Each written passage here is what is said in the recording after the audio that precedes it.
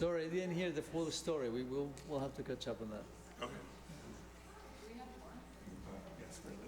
One, two. You count as part of the program too? One, two, three.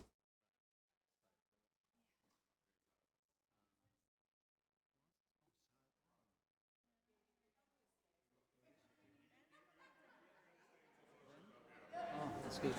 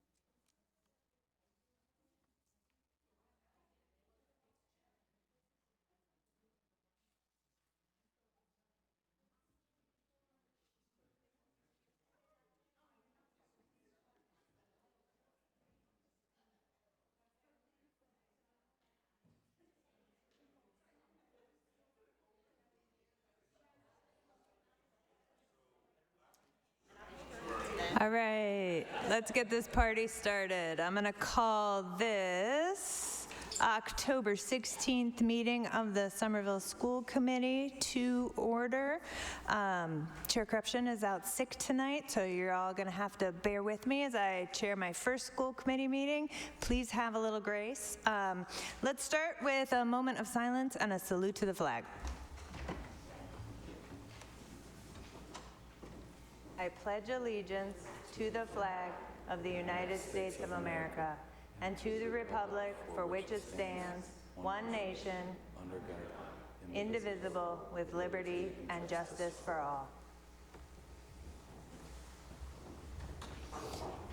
Thanks. And now our interpreters.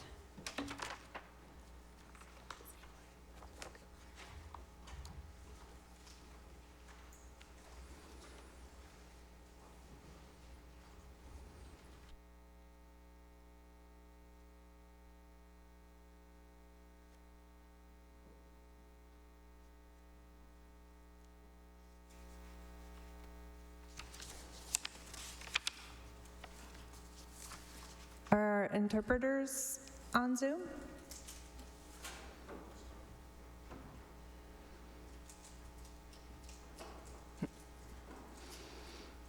While they get set up, why don't we take the roll?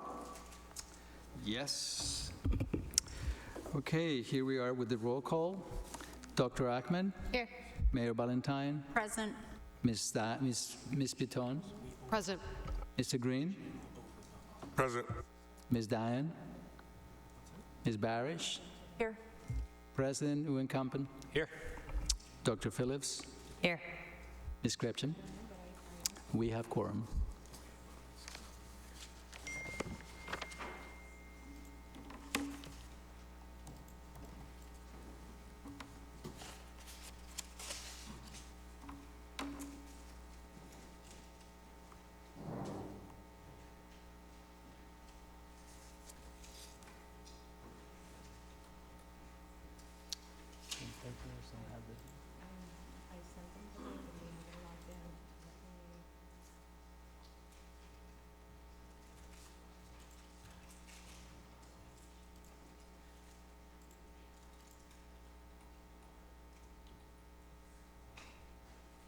After we let our interpreters introduce themselves, we'll move to the Student Advisory Council representatives. I saw a couple of them were online.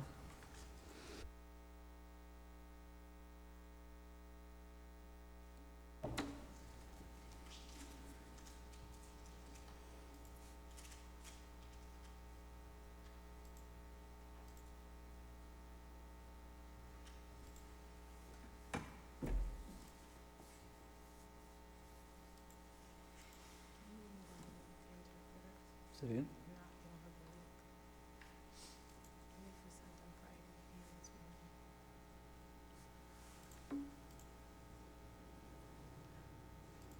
Was it via the emails or?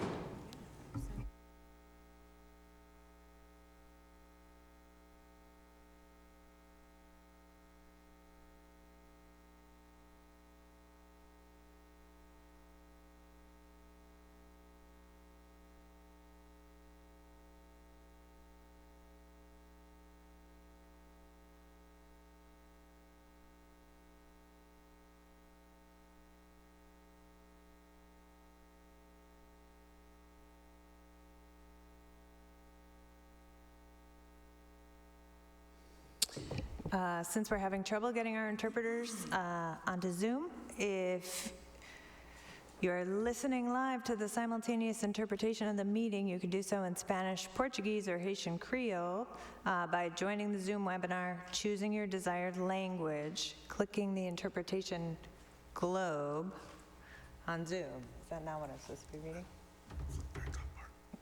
Sorry. Thank you, everyone. Pursuant to Chapter 20 of the Acts of 2023, this meeting of the school committee will be conducted via hybrid participation. We will post an audio recording, audio-video recording, transcript, or other comprehensive record of these proceedings as soon as possible after the meeting on the City of Somerville website and local cable access government channels.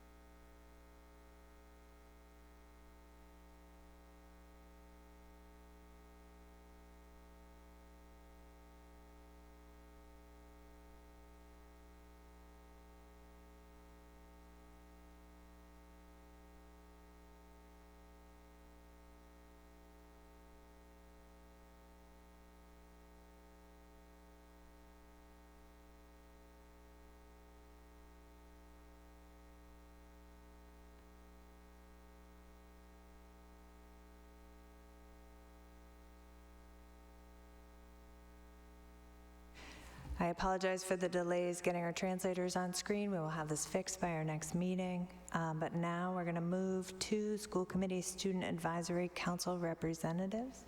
I believe we have 2 students on Zoom. Hi, I'm Ana Sofia. I'm a junior. I'm a student representative for the school committee. Our update for this week is that we had the PSATs happen last week, so mostly juniors took it in the Highlander Forum, and our progress reports came out last week as well. I'm Marcia Narbachwe, and to add on to Ana Sofia, for SHS fall sports, they are coming to an end, so I know a lot of senior nights are happening. The SHS freshman boys soccer team had their last home game today, and the boys football senior night is this Friday, and the girls senior night for soccer is on Tuesday, and winter sports are opening up for registration. And we have an upcoming dance, homecoming, and it's called the Great Homecoming, and it's like Great Gatsby themed, and there's going to be a spirit week leading up to that, and people are planning to have a lot of fun this week.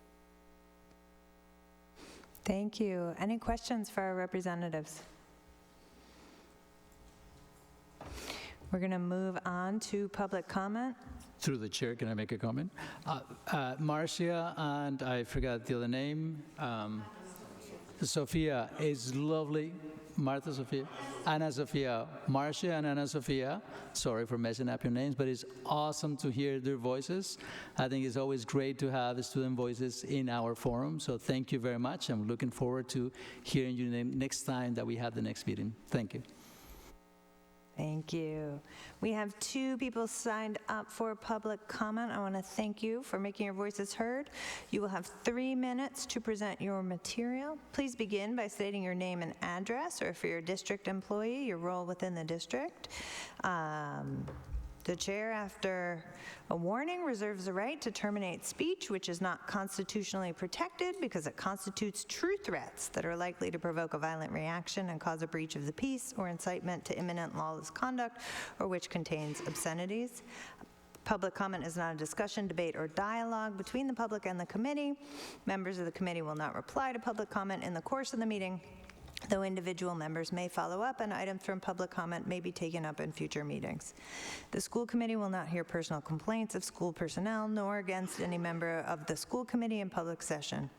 Individuals may address topics on the agenda or items within the school committee's scope of responsibilities, such as the district budget, goals and policies, or role of the superintendent. The public is encouraged to submit comments in writing for inclusion in the public record. And with that, Kara Dodd, you are our first speaker.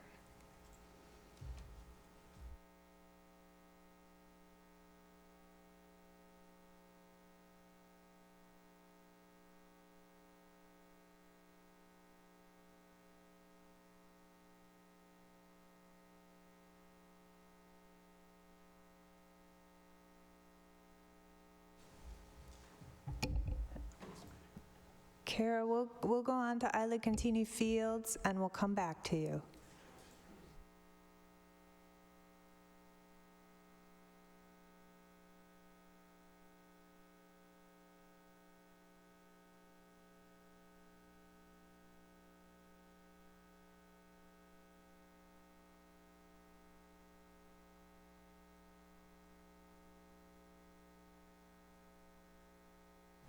Ms. Contini Fields, are you unmuted?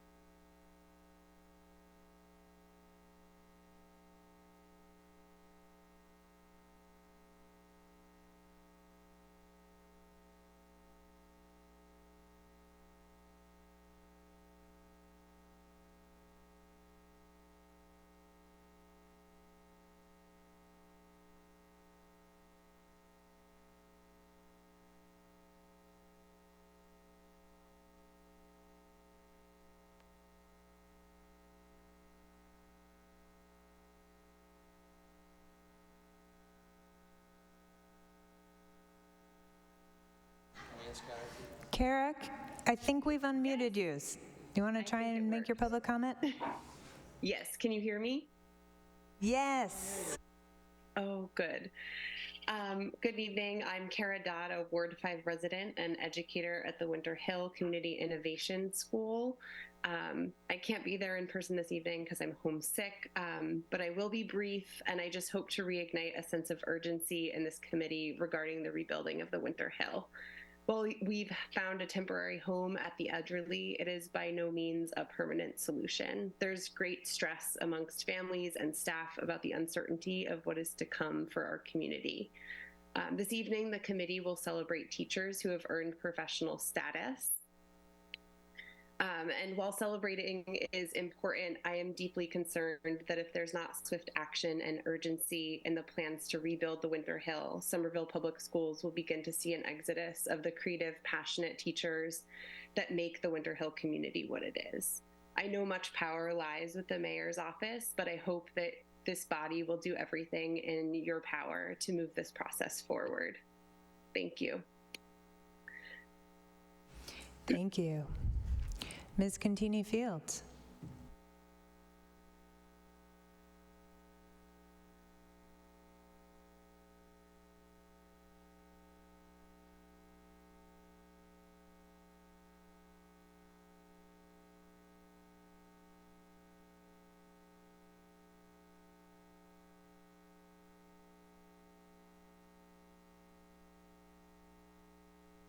Can you hear me? I think you should be unmuted. Okay, great. I was actually not planning to speak tonight, but I wanted to briefly say that I hope that going forward, the instructions for public comment remotely will be updated to reflect something other than the fact that you're supposed to log in starting at 6:45 for public comment and it needs to end at 7, because for many, many weeks going back to this past spring, the public comment open sign-up period has not actually opened, and it's a huge pain to actually get people to promise people that they can do this remotely when they're parents and they have young children and it's dinner time, and then just totally screw it up week after week is not great for democracy, frankly. Also, rebuild Winter Hill. Thank you. Thank you. And now I'm going to turn it over to Superintendent Carmona for the district report on professional teacher status. Good evening, everyone. I am really excited and delighted to see the faces of our educators here as well as our building leaders. So I'm going to start the report with the professional teacher status, and I'm going to hand the gavel to Mrs. Woods, Karen Woods, so she will make the proper introductions.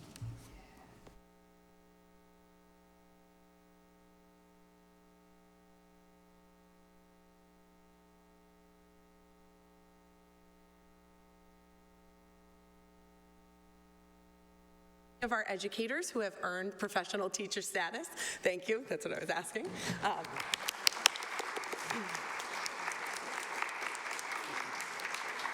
We have very high expectations in the Somerville Public Schools for our educators, and everyone joined with us tonight has met and exceeded those expectations, and we're really proud to celebrate them this evening. So I'm joined here by an awesome personnel team. So we have Chris Glynn, our Director of Educator Development, Mariana McDonald, our Director of Human Resources, and I'm gonna let Mariana introduce her team and kind of take over from here. So these are the new faces in our HR department. Very happy to have them. This is Mercedes Braga Tinoco, and that's Jessica Ciardi, and they're just awesome. Should we start? Okay. Congratulations to all of you, and thank you for everybody else to participate and family that came to support them. So we're going to start in alphabetical order with the Argenziano School. Glenda, if you want to come up. And you want to call your first? Caroline Hammond, want to come up?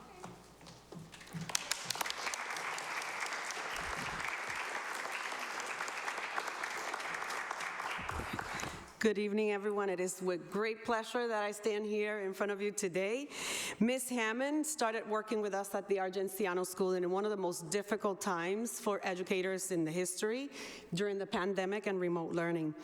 At that time, when all teaching strategies and practices were new to all, Ms. Hammond demonstrated commitment to the career that she had chosen and did her best to engage all her students and provide a sense of belonging in the virtual world. For one brief year, she had the opportunity to explore at another SPS school, but we were lucky she quickly decided to come back to us and join the amazing fourth grade team at the Argenziano School. During the last 2 years at Argenciano, Ms. Hammond has led her classroom with compassion, understanding, and immense care for her students. She creates and maintains a safe learning environment where all her students can succeed. The fourth grade team has become a stronger, more effective group because Ms. Hammond was integrated into the group. Very often you can find Ms. Hammond planning with her team and collaborating, and when they're not together, they keep their doors open and they talk to one another while they're planning in their rooms. We are beyond lucky to have her as a part of our team and family. It is with great pleasure that I celebrate the extension of her tenure to professional status. Thank you for choosing Somerville Public Schools and the Argenciano School. Our school is a better school because you're in it.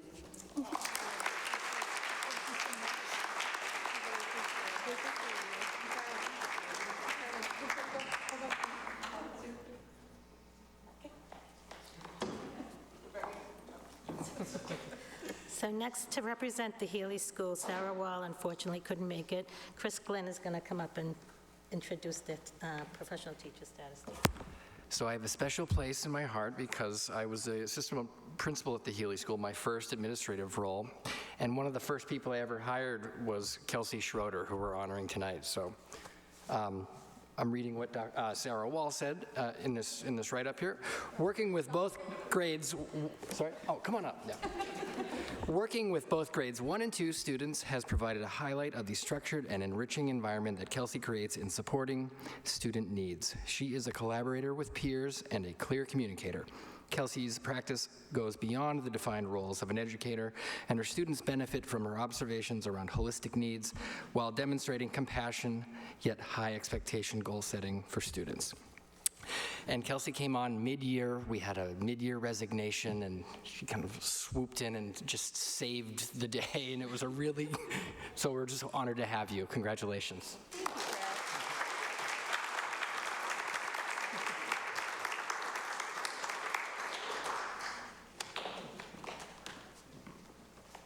So next we go to Somerville High School. Alicia, do you want to come up?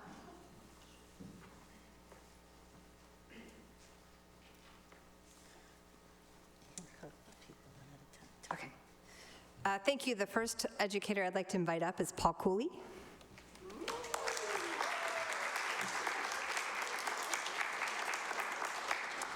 Paul Cooley has been a wonderful addition to Somerville High School.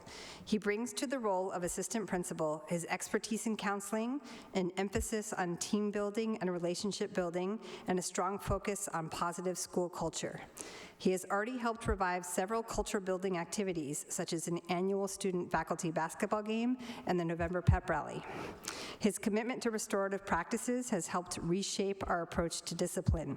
He's a true team player and has willingly stepped up to take on whatever challenge comes along, including serving as the assistant principal for 2 different communities in his 3-year tenure. Congratulations, Paul.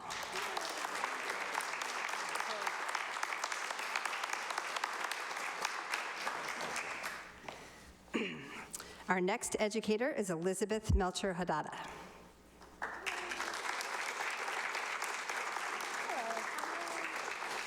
Elizabeth is dedicated to creating a safe learning environment for all students while providing them with specially designed instruction in reading and writing and math in a way that is accessible and also engaging and challenging.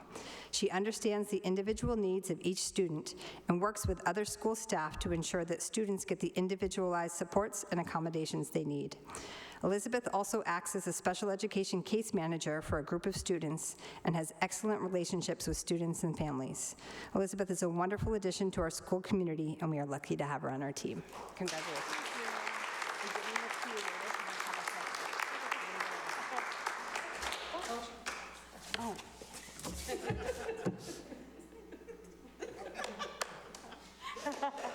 So funny. Our next educator is Clayton Myers. I feel lucky. Clayton is someone who switched mid-career to education, and I like to think I had a positive influence because I was running the lab where he was first volunteering, and I saw what a gift he had right from the get-go, but I'm glad that we didn't turn you off from that initial experience and you decided to stay. I'm very proud that Clayton Myers is being awarded professional teacher status in the Somerville Public Schools. His contributions to the math department at Somerville High School have been notable, and he continues to innovate and elevate his practice yearly. His strengths are broad, and his commitment is evident with thoughtfully designed, student-centered lessons that offer extra support where needed and that routinely provide extensions bordering on inspirational. I believe that what we have seen from Clayton so far is only a sampling of what he can do. We are lucky that Clayton switched mid-career to first volunteering and then teaching with us in 2020, despite challenging times, and we hope that he continues to provide such a high-quality experience to our students for years to come. Congratulations.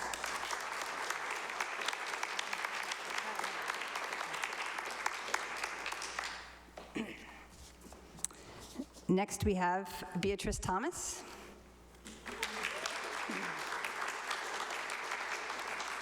Also a special one for me, a former student, office assistant, also didn't scare you off.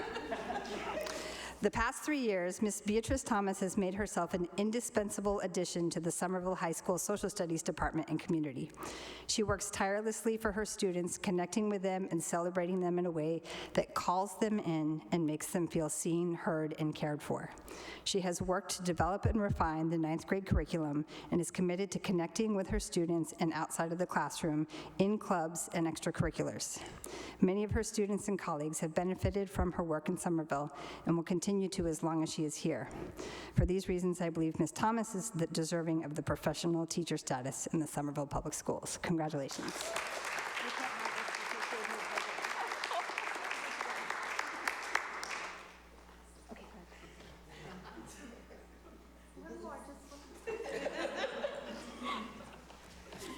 I think that's everybody who's here tonight. Did I miss anybody? Okay, thank you. So I'm going to call up Andre Pelletier for West Somerville.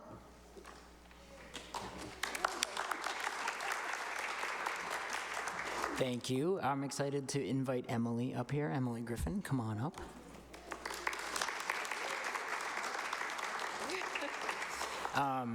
So I'll read something, but also I was a little surprised to see your name on this, not because of that, but because I was surprised that you had only been doing this for 3 years.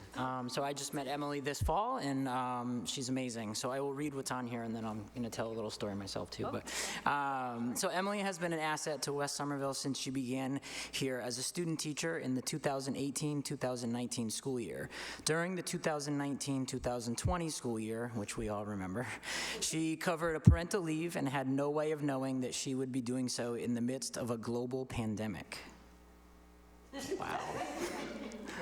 Just as she was getting comfortable with being the lead teacher of her own class, the shutdown happened and she had to learn to do everything remotely. This didn't slow Emily down. She worked hard and collaborated with her colleagues to give students the best possible online experience. Her hard work and dedication continued when she joined the staff as a 6th grade teacher. In the past 3 years, Ms. Griffin has contributed to the lives of students and the overall school community with her warm and persistent presence. She will be an asset to West for many years to come.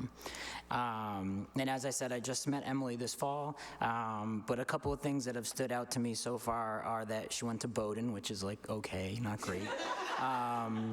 But also, more seriously, she has a fierce dedication to figuring out how to engage kids in her class. And as somebody who's new to the middle school experience myself, I have learned very quickly that that is not an easy thing to do. And so that has really stood out to me about her.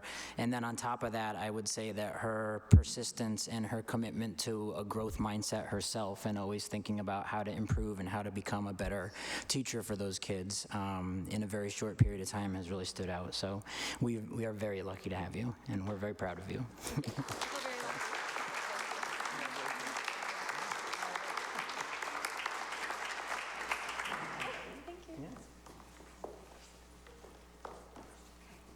And last but not least, Winter Hill Community School, Courtney Isabel. Come on, now. You too.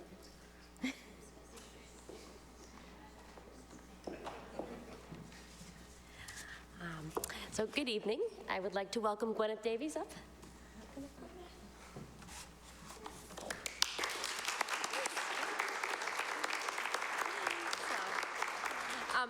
Gwyneth's first role at the Winter Hill Community School was a remote grade 2 teacher. Even during remote learning, Gwyneth's care for and curiosity in students was evident from the start. In her second year, Gwyneth taught kindergarten, and despite the extensive COVID-19 mitigation measures in place that year, she created a warm and energetic classroom where all students thrived. In her third year, Gwyneth taught grade 2 again, in person this time, with the same enthusiasm and dedication. Over 3 years, Gwyneth has demonstrated immense growth as an educator. This is because she is reflective, seeks feedback, uses learning data strategically, and knows how to work productively with colleagues. Gwyneth knows that teaching is both an art and a science, and she constantly aims to develop both in the service of students. It is a great pleasure and honor for Gwyneth to receive professional teacher status at the Winter Hill.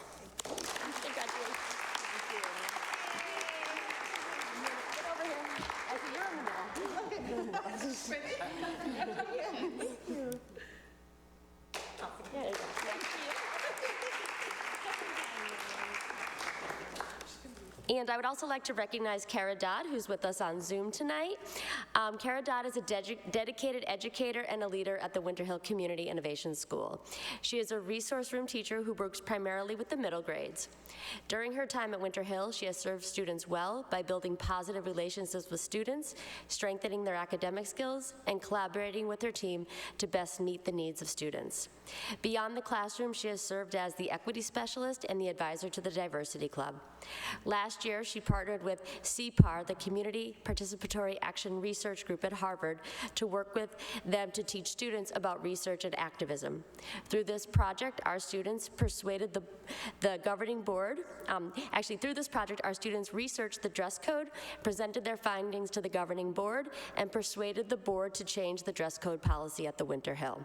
She continues to be a great advocate for students and a champion of student voice, and we appreciate all that Ms. Dodd brings to our Winter Hill community. So we congratulate her on her professional status. Thank you.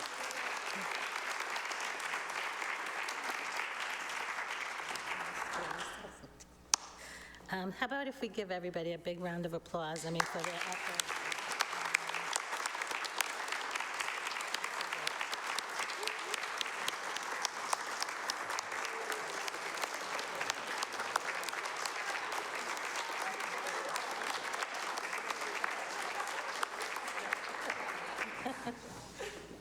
And that concludes the professional teacher status ceremonies.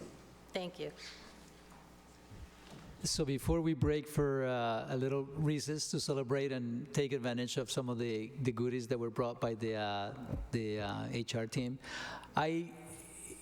the professional status is one of the biggest accomplishments that you usually get to achieve when you are in your first early years of your profession as a teacher. And so I think as a new teacher, most of us, when we were in those early years, we take it seriously. And I feel that hopefully we are giving you what you need. And so it's a both ways street, is that right? We meet your needs and you meet our needs. But congratulations. I think it's not taken lightly. It is an accomplishment, and thank you and welcome to the team. So let's break for 10 minutes and then we'll have a little celebration. So we'll come back at 7:45. We're in recess.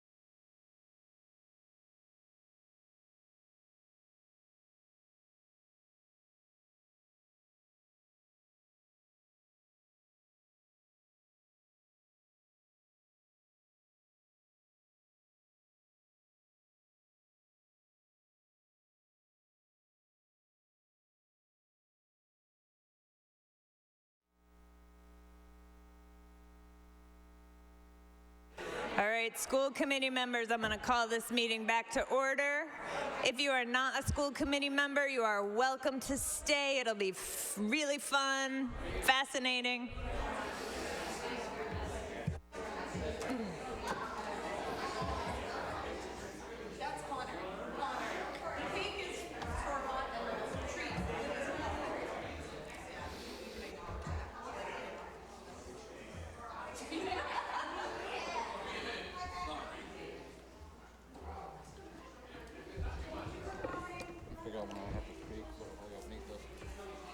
All right, we're going to take the next couple items a little bit out of order to do the goals and entry plan all at once. So we're going to move to the Winter Hill update. Superintendent, am I kicking it to you? That is correct. Thank you. So I am going to hand it over to the mayor. She's going to start with some remarks around the Winter Hill community update. Please. Good evening. Thank you. Superintendent Carmona has more detailed updates on the Winter Hill and the Brown for you in a moment. I do want to first, once again, thank the tireless teams that did the impossible. They stood up a great new interim spaces for our Wildcats at the Edgerly and at the Capuano, literally in a matter of weeks. We need to pause and celebrate this intensive, thoughtful work that they did. A number of parents have gone out of their way to let me know how pleased they are, especially with how we transformed the Edgerly for the kids. That can-do spirit and determined drive within our teams is still in place. We remain fully focused. We've turned that energy completely back onto advancing our efforts to find a long-term solution for the Winter Hill and Brown and our full district ultimately. As you know, we're moving eagerly through the MSBA process. There are no guarantees, but we are doing the work to make our case in this competitive program. And we've been working to prepare for the undertaking next steps with our school community. We are planning a community meeting for late October, early November. We're going to announce that very soon, and it will be a packed agenda. We'll report out on the various assessments of Sycamore. We'll check in with parents on the Edgerly and the Capuano, and we'll start the formal work of examining and moving towards decisions on building plans for these two schools. Providing quality learning environments for our current and future students is and remains a top priority of both my administration and for the district. The city and the district are working hard, hand in hand, towards this goal. And we look forward to continued collaboration with the school committee as well. I want to be clear, though, that the Winter Hill and the Brown are not the district schools or the city schools. They are our community schools. And the community, including our families, educators, and staff, will be kept informed. They will be heard. We will get this done together. Now, Superintendent, I'd like to hand it back off to you. Thank you. Thank you, Mayor. And I'm going to start with the moving ahead part. I think that the piece around our tremendous work that happened and how honored we are of working with such a partnership with families, students, and the city, as well as our contractors, has been quite an undertaking. And so as all that, it seems like that was many, many months ago. It was just recently. We are setting up our vision to what's coming next. So looking ahead, I think that many of you were aware that we shared some updates with both the Winter Hill and Brown school communities about the ongoing MSBA process. As you know, we have accelerated the steps of this process that we have control over. And we're now waiting for MSBA's next steps. As part of the review of a statement of interest, the SOI, for this year, the MSBA met with a team of the district and city staff to gather additional information and details, primarily regarding our SOI for the Winter Hill. They did, however, also request tour for both the Winter Hill and the Brown schools while they were on site. We don't yet know whether we will be invited into the grant program this year for either school, but the recent site visit was a positive step in our minds and allowed us to present critical information as well as to show the MSBA team in greater detail the condition of the building and our need for a space to accommodate all of the wonderful classes and programs within Winter Hill. We expect to find out whether we will be invited into the program sometime in December. In the meantime, we are continuing through required process as much as we can so that we can be prepared should we be invited into the MSBA program. As you heard earlier this year, part of the process is undertaking a feasibility study, enrollment study, and gap analysis. You have heard already about enrollment study, but I'd like to share with you some high-level findings from the gap analysis that are critical to inform our path forward. In short, as a reminder, the gap analysis is part of the K-8 master plan. It looks at what we need, what new building capacities does SPS need now and in coming years to meet educational needs. This applies to enrollment, special program needs, of office space to support those needs, and more, both current and projected into the future. Through work with architecture and planning consultant Bayer Blinder Bell, BBB, the city and district examine existing programming and space needs across all SPS schools. This analysis demonstrated a few key findings. First, across all the schools in our district, there is no classroom space to absorb the Winter Hill or Brown School students into other schools as they currently exist. Other schools already have space challenges around small groups, space for service providers such as OT, PT, and other forms of one-to-one interventions, as well as after-school programs.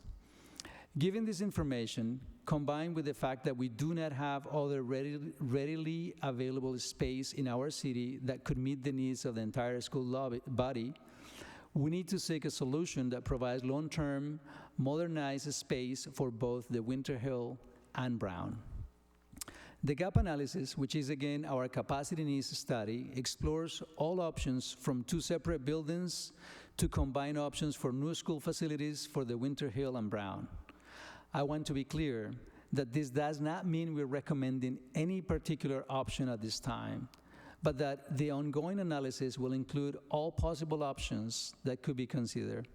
And of course, discussions with our school community will help guide any outcomes. This is something that we hope to share and discuss in more detail during the upcoming community meeting that the mayor mentioned earlier on.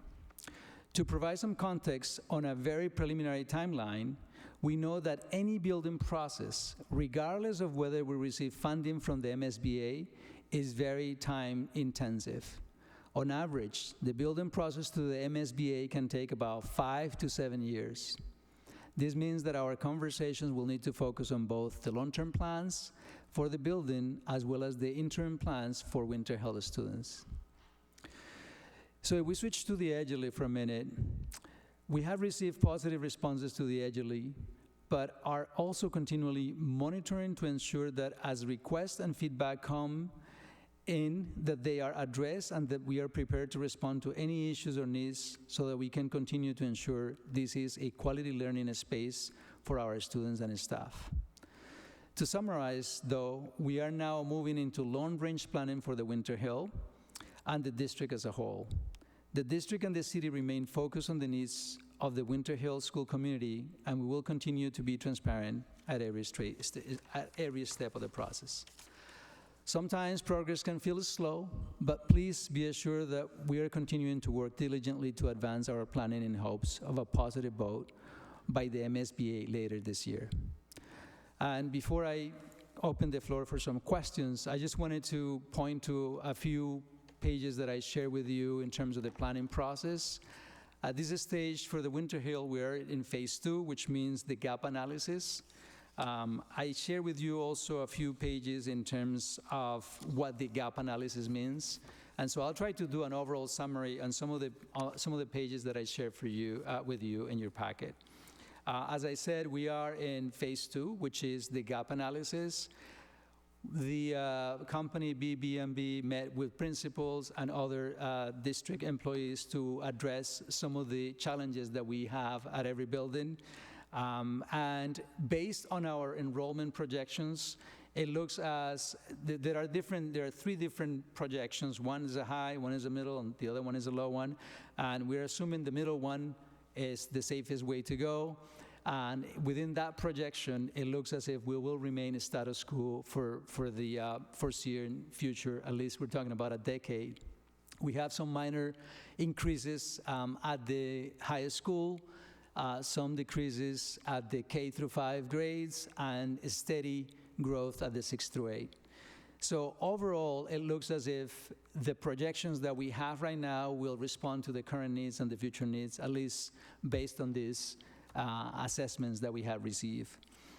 We also try to validate those assessments with data in relationship to specific populations, like our students who are in the AIM program. Those numbers seem to be increasing, as well as our MLE students. So even accounting for those changes, we think that the projections are reliable. And the next part that I wanted to discuss with you is the challenges around the spaces that we have. So if you, yeah, that's the next slide.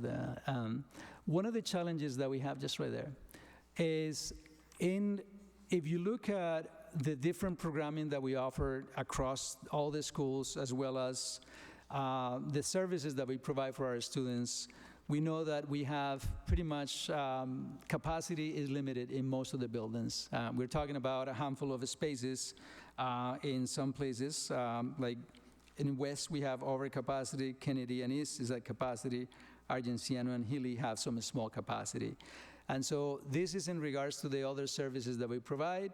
And if we account for also after-school programs, it highlights the challenges that we have.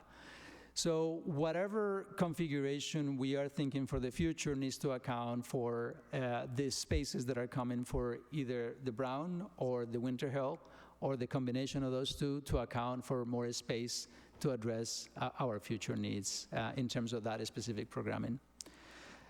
So that is the gap analysis. I think it's just it's just a very light touch overview of where we are. And I wanted to open it up through the chair, open it up for questions. Mr. Green. I have a bunch, but I'm going to start with, I think, some low-hanging fruit, which is I've had the opportunity to dig into the enrollment study, and I think it's worth giving some context. The decline is mostly based around the idea that we will not be fully successful in fighting displacement, and therefore we will have fewer school-age families as a community and more dual income, no children, or as we too often see, apartments filled with 3 tech bros each paying $1,500 a month. That to me does not feel like the safe assumption to make, because it's assuming that we as a community fail. So like, when we put this out, and when we put that out with context, and I think we should, because it's dense documented, but we want to have a community conversation explaining this document to people is going to be important. That kind of context feels important to put out there, that like, assumptions of enrollment decline are assumptions of further displacement.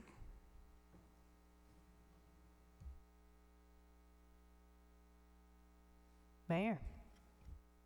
Thank you. Through you, Chair. I agree with you. It just so happens today I was meeting with Mayor Wu, Mayor Ruth Ann Fuller in Newton, and Brianna Longo-Kearns, and they're all projecting declines. And when we're talking about the context, it's a great point. Somerville has 33,000 housing units. The projection that MAPC did was, I believe it was, this was pre-pandemic, it was 345,000 housing unit shortage by 2030. And that by 2040, if we couldn't keep up with growth as a city of building housing, it would go up to 450,000. That factored in growth. So we're 33,000 housing units. The region has a crisis, and yes, both Boston, Newton, actually, I should hold back. I think Mayor Lungo Kearns also said Medford, but I certainly know that Mayor Wu and Mayor Ruth Ann Fuller told me the same thing. And the other interesting sort of data context, in 2010, the U.S. Census, I believe, had our population, I think it was around 27% was 35 and under. 2020 is 50%. I'm sorry, 35 and under. So I don't know where, I mean, the demographics of our city is changing. You make some absolute good points, displacement, the cost of everything. You know, I would just reiterate, on the city side, we have done everything using every tool locally or pushing on the state, and we've led, you know, in the region in terms of all those tools that we have. As we have to, you know, if you can advocate with suburban communities to also step in and help us with, or the greater Boston communities outside Cambridge, Boston, and Somerville, to build more housing, that would be helpful too.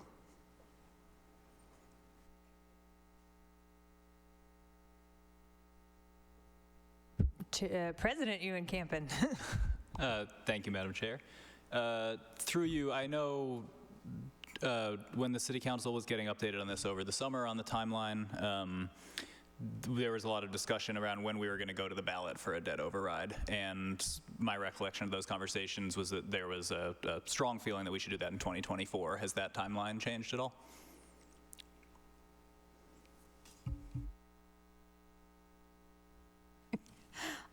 I will say, so I know that that is something that was suggested. I've never heard that there was a confirmation on that. The timeline for a potential vote will depend first on whether we are invited into the MSBA process program. So greater details on this will come after our vote in, or excuse me, their vote in December or later this year. I'm not exactly sure of the date. And as is what happened with Somerville High School and the MSBA, it provided significant reimbursements for the school capital projects based on the cost of building and MSBA funding approaches. We could expect that working with the MSBA could provide upwards of $100 million saved for Somerville families and taxpayers. And it's our fiscal responsibility and in our school district and our full community's interest to pursue that process. We will keep you updated on that, but we're not quite sure where this is all going to land until the end of the year and figure out what our next steps are. And our Director of Finance, Ed Bean, is also going to be part of the discussion and can provide more detail. Mr. Green, then Ms. Fatone, and then I'll call myself. Through you, as someone who was involved in the planning for the override campaign for the high school, it is worth noting that it was intentionally chosen to be done in 2016 because of the feeling that presidential election years give us the most progressive and therefore most likely to approve a debt override electorate of any years. And so, like, and if I remember correctly, and this is maybe, even though at that point we were already in the MSBA process, the debt override ballot option was still for the full price of the school because we didn't know exactly how much we would get from MSBA at that point. So this is me saying, history suggests that my opinion would be that the best thing to do would just be to go ahead and put the full cost, or what do we think a reasonable estimate of a conservative estimate of the real cost full cost would be on the ballot next year as our best chance of actually getting the approval we need from the public? Ms. Patone. Thank you. A couple of things. We just don't know what the number is right now because there hasn't been a feasibility study. So you have to know, you're required, Ed Bean will go through it, but you're required in detail to be able to come up with a number. So we will share that, everybody will hear at the same moment. And just your little point, it is a requirement of the process that, because I learned this when I was on the city council, that you have to bond for the whole amount and you draw down on the thing. So that doesn't really mean anything. I mean, in the big picture, you still have to know what you're going out to the voters on. And our director will also be at our community meeting, which will, again, set up either at the end of, very shortly, we'll advise when the date is, but it'll come up either at the end of October or early November. Thank you. Ms. Patone. Thank you, through you, Chair.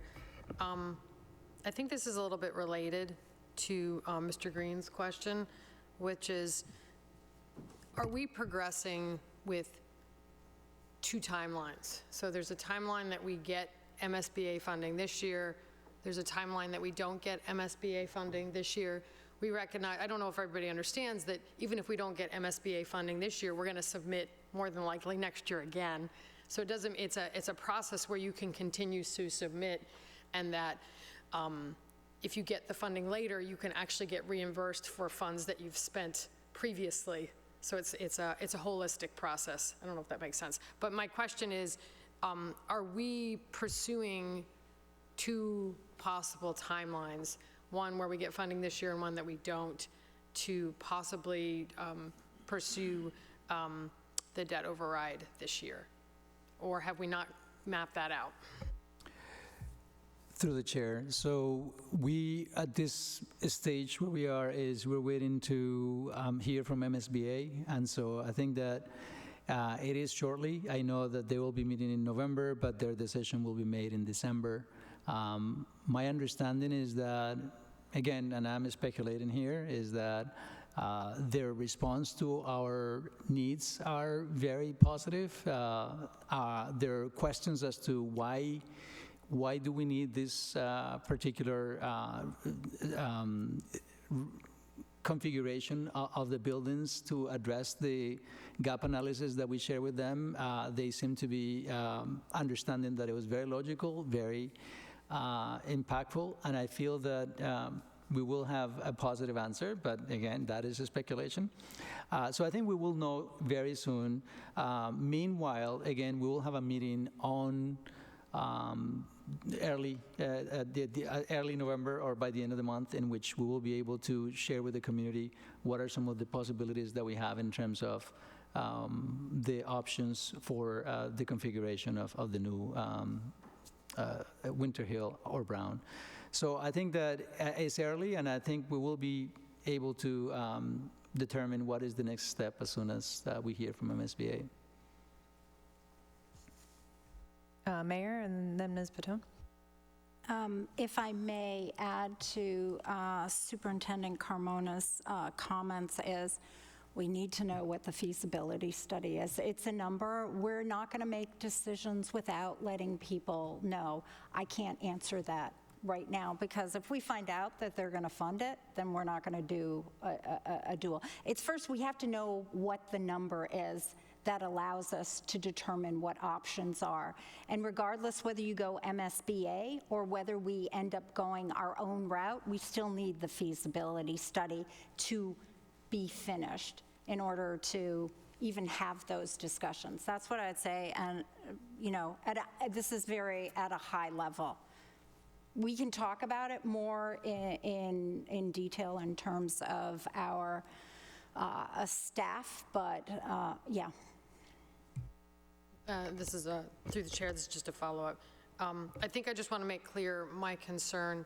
I hear everything, and I totally understand that we don't have all the information yet, but I want to make sure as a community we're following through with, I guess, contingency plans. Like if we don't get the funding this year, we need to have a plan that moves us forward as expeditiously as possible.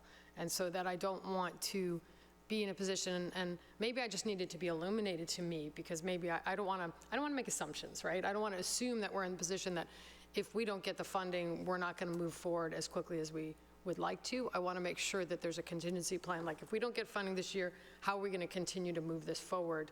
And we may or may not, and not slow down the process. Does that make sense? Mayor, did you want to respond? Thank you. Yes, we're just not at that point where we would make that decision. And meaning you still have to start with something to be able to make that decision. And I need our finance director here. This was more of a high-level discussion, so I don't want to inadvertently make promises to something. What I would ask is that you all realize is we take this seriously. In 9 weeks, we moved an entire school.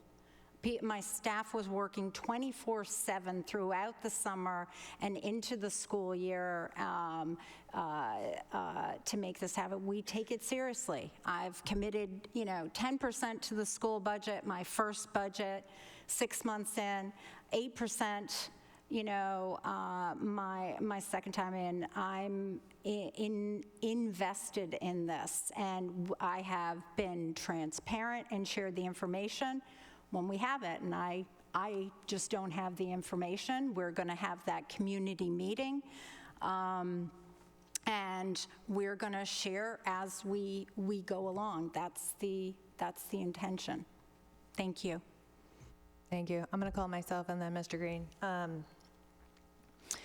So this question comes from a conversation I had with one of my predecessors, Roberta Bauer, when I joined the school committee, and I asked her kind of what did she learn, and she said, what I learned is you can only do what you have space to do, what you have buildings to do. And I'm listening to this conversation, I'm looking at these slides, and I see on the K-8 master plan, define the problems. Where we are now, define the scope. And I'm listening to the conversation and feeling like we're really defining the problem and the scope in really operational terms. How many classrooms do we need? How many classrooms do we have? Where's the gap? And I haven't heard anything yet about vision. And my question is, when is that coming in? Because when are we going to have conversations about, should we have pre-K classrooms at every one of our K-8s? Or do we want to continue to have this hybrid model where we have pre-K at some K-8s and a pre-K complex? Are we going to talk about we want to have every school with some sort of specialized programming? Or is it okay that the Winter Hill has our AIM program and our SLIFE program and the Brown has none? Like, I guess my question to the mayor and the superintendent is, are we planning to have these big vision conversations? And if so, when? I could just chime in. That's a school committee about the big vision, us collectively. It is not coming from the mayor about what the locations or the vision. It comes from the school committee and the school administration and the data that they've had.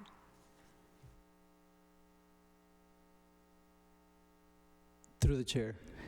So we have discussed with different folks who have come to me, who have asked me about what is the future of the K-8 model.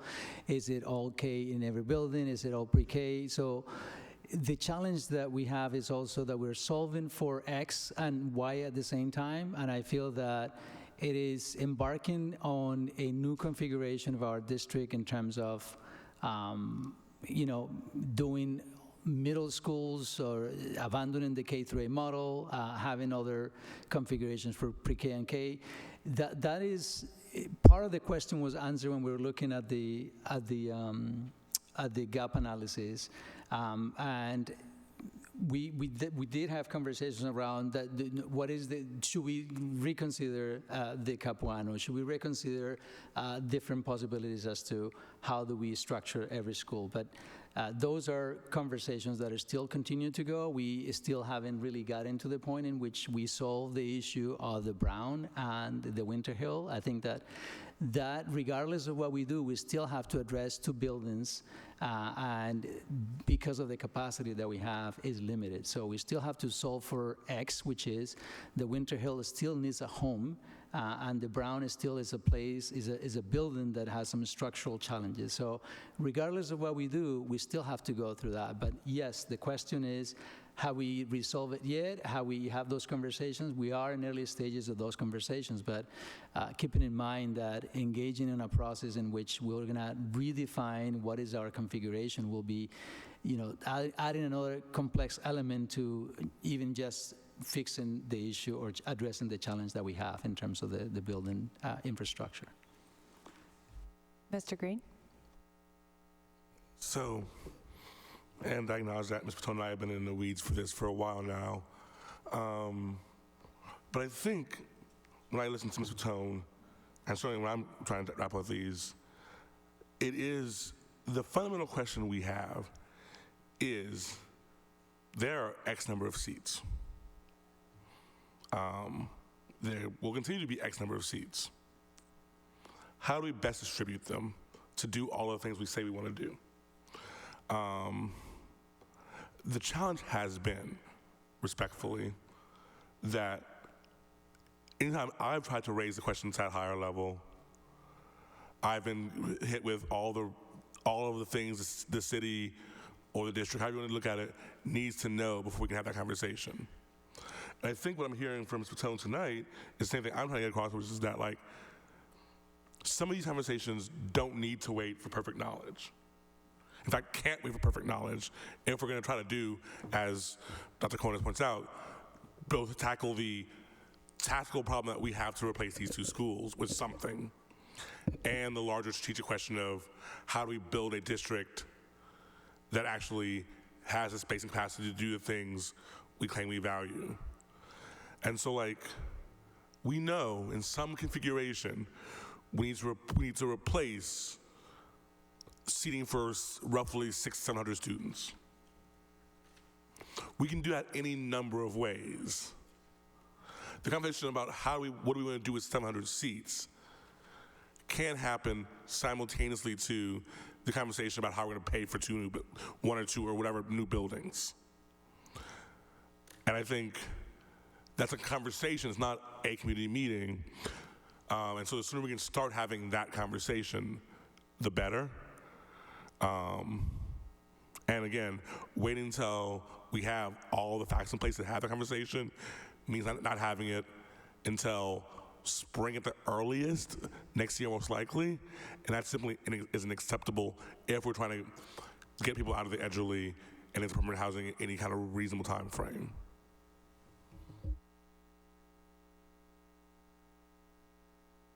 Ms. Patone? Through the chair, thank you, Mr. Green. I have this is related, but maybe a little tactical question. I think it's really important for me to understand what the scope of this first meeting is and what's going to be, who is it targeted to? Is it just the Winter Hill community? Is it the district community at large? Who's going to be facilitating this meeting? Is it going to be discussing kind of the master plan question, or is it going to be discussing the Winter Hill or the Brown? I think they're all related. And so the sooner that we can set expectations, I think the better for the community, so that the right people are in the right place at the right time, and that the sort of the vision or the process of creating the vision includes the right people at the right time. So it could be almost, from my perspective, not a great experience if that meeting becomes all about the Winter Hill, unless that's what the agenda is, right? And so as a school committee member, I just want to understand how we're incorporating this big picture question into this process, and how we as school committee members can represent our wards, but as well as represent the community point of view, and then get the community point of view directly at the table. So I know you guys are still working on it, so I don't really mean to ask for something maybe you're not ready to answer, but the sooner that we understand the scope and the longer-term process with community engagement, the better. Like, I'm excited about this meeting. I'm thrilled that you guys are putting it together, but it would be helpful for me to understand the arc of how the community is going to be involved over at least the next 6 months. I don't want to feed one meeting at a time. Through the chair. Yeah, good question. So we are anticipating probably breaking this up into 2 different meetings. I feel that originally we actually conceived of 1 meeting, but then in thinking about the immediacy of the information that needs to come around the Winter Hill, as a Winter Hill at Sycamore, and what happened to the construction and the mitigation process, I think that it makes more sense to separate that. And so we will have 2 meetings, and then the other one is around the possible configurations of what are the spaces that we have in our city that can allow for a possible, I think Andre said 500, 600, so a possible configuration of a building that will solve some of the challenges that we have outlined. And so establishing what is that footprint, identifying the places where that might be. Again, we are not making any decision in any way. We are just identifying the possible locations for this, and also understanding a little bit what does it mean for future conversations. The other question around how does the community fit in, the involvement of the community is also determined in high degree by what MSBA requires in terms of the participation of the community process. So we will definitely include the community, but also we want to make sure that we incorporate the requirements and recommendation from MSBA in terms of that. Ms. Patone. Through the chair to the superintendent, thank you. Thank you for the follow-up about your thinking about having 2 meetings. I'm assuming that the second meeting is more of the master plan. The first one's more about dressing the Winter Hill. That's really helpful for me to understand. I do want to recommend that we take care around community involvement. I think that the requirement of the MSBA for community involvement is the minimum requirement. I think we may, especially as we're discussing master planning, want to have more community involvement in a different capacity. And so I don't want to put ourselves in a situation that we're only defining our community involvement by the MSBA requirements. Obviously, we have to be compliant. It's a good process. I've been part of it, but I want to make sure that if we're doing sort of this master planning work, that we figure out the best way to make sure that community voices, whether it's the direct community or through their agents, which are the representatives on the school committee, are part of that master planning conversation. Mr. Green. Again, building on Tone's point, also part of that community building process is about like the full range of options, right? Like the reason I talked about needing some number of seats is because yes, that could be 1 building, 2 building, but it could also involve using our existing buildings in new and different ways. It could involve some restructuring of educational programming. Like there's a lot of options available to us that may shape what we in fact want to build. So rather than trying to come up with this is what we've got to prove to build first, we can start next week having conversations about like, well, what do we want, right? In fact, I would say we need to start because we know the reality of a school year, which is if we don't start these conversations before Thanksgiving, we're not having them until January and February. And it's not, and even while 2 meetings is better than 1 meeting, it's probably a series of meetings and an ongoing conversation over the next 6 months. So like, it's good to have these loads, these kind of cornerstone meetings where there's an information dump, and like we now know more than we did yesterday, so we're going to share that with you. But between those meetings, and maybe even before those meetings, having some community visioning, community like value setting seems to me not only prudent, but frankly necessary if we want to actually do this on a time frame that actually meets our needs and allows us to further our educational vision, not just play catch up.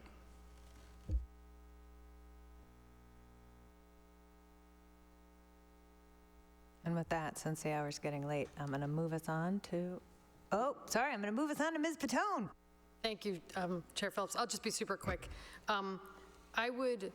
One thing that's kind of percolating in my mind is that something that would help me, I would imagine help the community, is some kind of communication, community communication and engagement plan.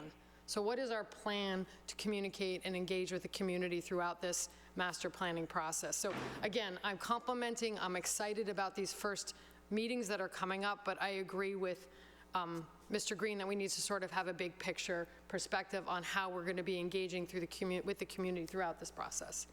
So that would be something that I would like to see, is some kind of community communication and engagement plan through master planning.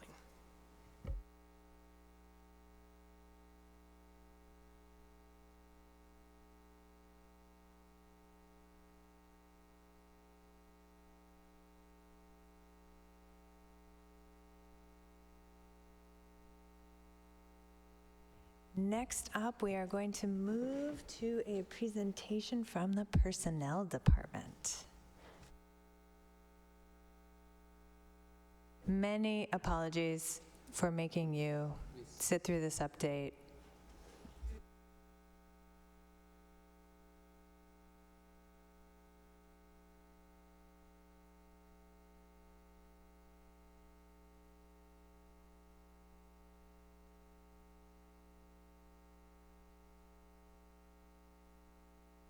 Ceremony to just provide a quick update from the person, that's better. We just wanted to provide a quick update from the Personnel Department this year, really just in the way of a snapshot of our hiring for this year. So we just honored, I believe it was close to 28 fully that were on the list, not here this evening in person, but that received our professional educator status. But we also are joined by a whole bunch of new educators. And so we just wanted to kind of share that with you and give you a quick snapshot of where we are in the Personnel Department. So because we have this opportunity to be in front of you for just a few minutes, we really just wanted to share and kind of remind everyone of our vision and our goals. So I would say over the last year, our personnel team has really come together. We went through some changes. We have some great new additions to HR. You met them tonight. And really, we have worked together to form this vision, and we're working toward these goals. So the vision of our collective department is quite simply to make the Somerville Public Schools the best school district to work for in Massachusetts, right? And if we can just scroll up just a little bit, this really is a theory of action. Oh, one more, sorry. Yep, perfect. So that, if we are able to achieve that vision, if we are able to make Somerville the best possible school district in the Commonwealth, then we can be highly selective in our hiring. We will have the best possible educators in front of our students, which means students will make the greatest possible progress and gains in their learning. So that is quite simply, and I'm using that, quite simply what we are aiming to do.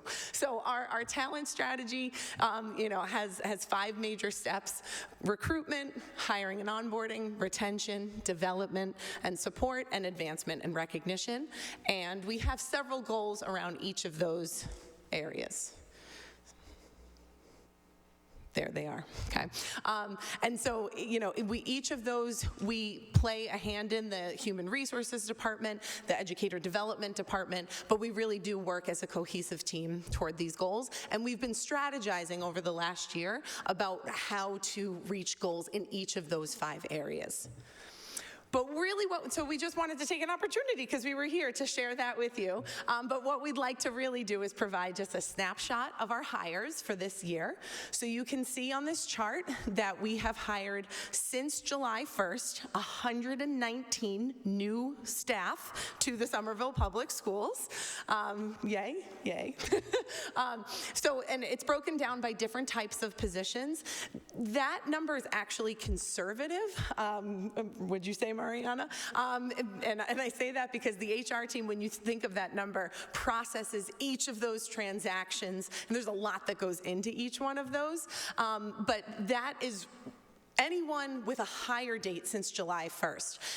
That being said, if someone was hired, say, in April of last year, they're not actually counted for in that number, but we do consider them a first-year educator this year, and so we're providing supports through mentoring and induction, through peer supporting, and so there's actually a higher number of what we would call first-year educators than just what you see here. So namely, I'm going to focus on our teachers and our administrators as different pools to look at. So while that says 60 teachers, it's actually more like 75 in our new crop of teachers for the year. And then for administrators, it says 11, but it's really more like 16. Great. So for our teachers, just some really interesting data that we wanted to share. We love data. So just some interesting data. So this is really looking at those 60 that were hired from July 1st to current date. So of those 60, 38 of the educators were in pre-K through 8, 22 are from grades 9 through 12, the high school grades. Of those 60 educators, 8 hold a bachelor's degree, 48 hold a master's degree, and 2 hold a CAGS. CAGS is too long to write there, so I will say it's Certificate of Advanced Graduate Studies, which is a degree beyond a master's degree. We have 18 of the 60 educators that were hired at a step 1 or 2. And what that means is those are really educators pretty brand new to the profession. They're either in their first or second year as a teacher. So that's 18 out of 60. But that means we hired 42 educators that had more than 2 years of experience. So folks are not coming to Somerville necessarily as brand new educators, and I thought that was just something worth noting. The average salary, because they're not coming as brand new educators, they're not necessarily starting, bachelor step 1 on our pay scale. And so when we look at the 60 educators that were hired since July 1st, the average salary for those educators was $78,594. Just interesting data to share. That's all. Okay? The next couple of slides speak a little bit to the race and ethnicity of our new hires. And I said to Chris and Mariana before coming, I'm not going to print out the slides because I can speak to them. I can't see those numbers, because they're a little small. So I have most of it in my head. Thanks so much, Jess. So appreciative. I said I don't need to print them. Those numbers are small. Thank you. Thank you, Dr. Boston Davis. So when we look at the newly hired teachers, so this first slide here is really of just those 60. So one really interesting piece of data is that 50% of our newly hired educators declined to share their race or ethnicity at the time of hire. It's just an interesting piece of data that I'm sharing with this committee because I know we have explicit diversification goals, and so what might that mean as we're thinking about progress toward those goals, okay? Beyond that, you can see the breakdown that was self-reported again at the time of hire. For the next slide, doesn't really change it much, but that next slide is the 75 educators that really comprise the new class, I will say, of teachers for the Somerville Public Schools. It only changed each percentage point by 1 or 2, so it wasn't a huge shift. But I wanted to add that that's really our new educators who are being supported through the mentoring program. Just again, some interesting data to share about our new administrators. So this is representative of 11 new administrators that we hired since July 1st. We hired a superintendent. Woohoo! Who's part of this? We hired 4 principals or assistant principals. The breakdown is 3 principals and 1 new assistant principal in that bucket. We hired 3 new either directors, department directors or assistant directors, and 3 department heads or department chairs. Of those 11 newly hired administrators, 6 had a master's degree, 3 have a CAGS, that's Certificate of Advanced Graduate Studies, and 2 are joining us with a doctorate. The average salary for these 11 it's actually 10. We excluded the superintendent from this average, is 141,146. That number is, I would say, slightly inflated in that this does represent 3 principals and the special education department director, which is a very large department. But again, interesting data. Looking at the race and ethnicity demographics for our 11 newly hired administrators since July 1st, we can see here, just looking for the percentage, that 55% of our newly hired administrators identify as Hispanic or Latino, 27% identify as white, and 2 or 18% decline to identify. The second slide here with the pie chart represents the 16 administrators that are really new to our district this year. Again, that means that either someone had an internal promotion. So for example, I think that's actually really important to note for the teachers as well. So if someone was a paraprofessional and then got hired as a teacher, they don't actually show in the 60 because their hire date was when they first got hired for the Somerville Public Schools. So there's that internal promotion piece. Similarly here for the administrators, same thing. So we have 16 administrators being represented by this pie chart. Some were internal promotions, so they went from a teaching position to an administrator position. Those wouldn't have been captured in our new hires, but I think they're important to include, as that is, one of our goals is that pipeline development. And so showing that those 16, all the new administrators, we have again a breakdown of 44% of our new administrators identifying as Hispanic or Latino, 37% as white, 6% as Black or African American, and 13% decline to identify. Okay. Shifting from all the wonderful people that we have brought on, and I just want to reiterate, I have to take the opportunity to say, the people, the staff, the educators are our most valuable resource in the district, and so it is an honor and a privilege to be able to welcome them to the district each year. And if we have people that would like to join, we still have some vacancies. So that's the next 2 slides. So just wanted to provide a brief snapshot of where we currently are. I do think we're in a pretty good place. We would love to say that we are 100% fully staffed, but as I'm learning, I'm not sure that that's ever actually the case. Circumstances, things change, things are in flux. So here we are. So currently, to date, we have 12 vacant teaching positions, 12 vacant paraprofessional positions. The fact that those are equal is just, it's just coincidence. They have nothing to do with one another. We have, I believe that says 8, right? Support staff vacancies. So that's 5 building substitutes, 2 utility aides, and 1 library aide across the district. We have 5 vacant positions at Scale, our adult education center. I would like to give a little shout out here to our new director of Scale, Director of Continuing Education, Jocelyn Marte. She has been doing an amazing job getting people in those positions. So they're almost filled, but still wanted to list them. And we have 7 vacancies in community schools. So again, just like in the breakdown, just focusing a little bit on the teachers and the administrators. So of those 12 teacher vacancies, interesting data, 8 are special education positions. We have found it very hard to fully staff our specialized programs, both from teachers and paraprofessionals. So 8 are special education positions. There's a bilingual adjustment counselor vacancy, 1 social worker vacancy, which I believe is just about filled as well. 1 CTE teacher, also a very hard to fill department, and 1 Spanish teacher.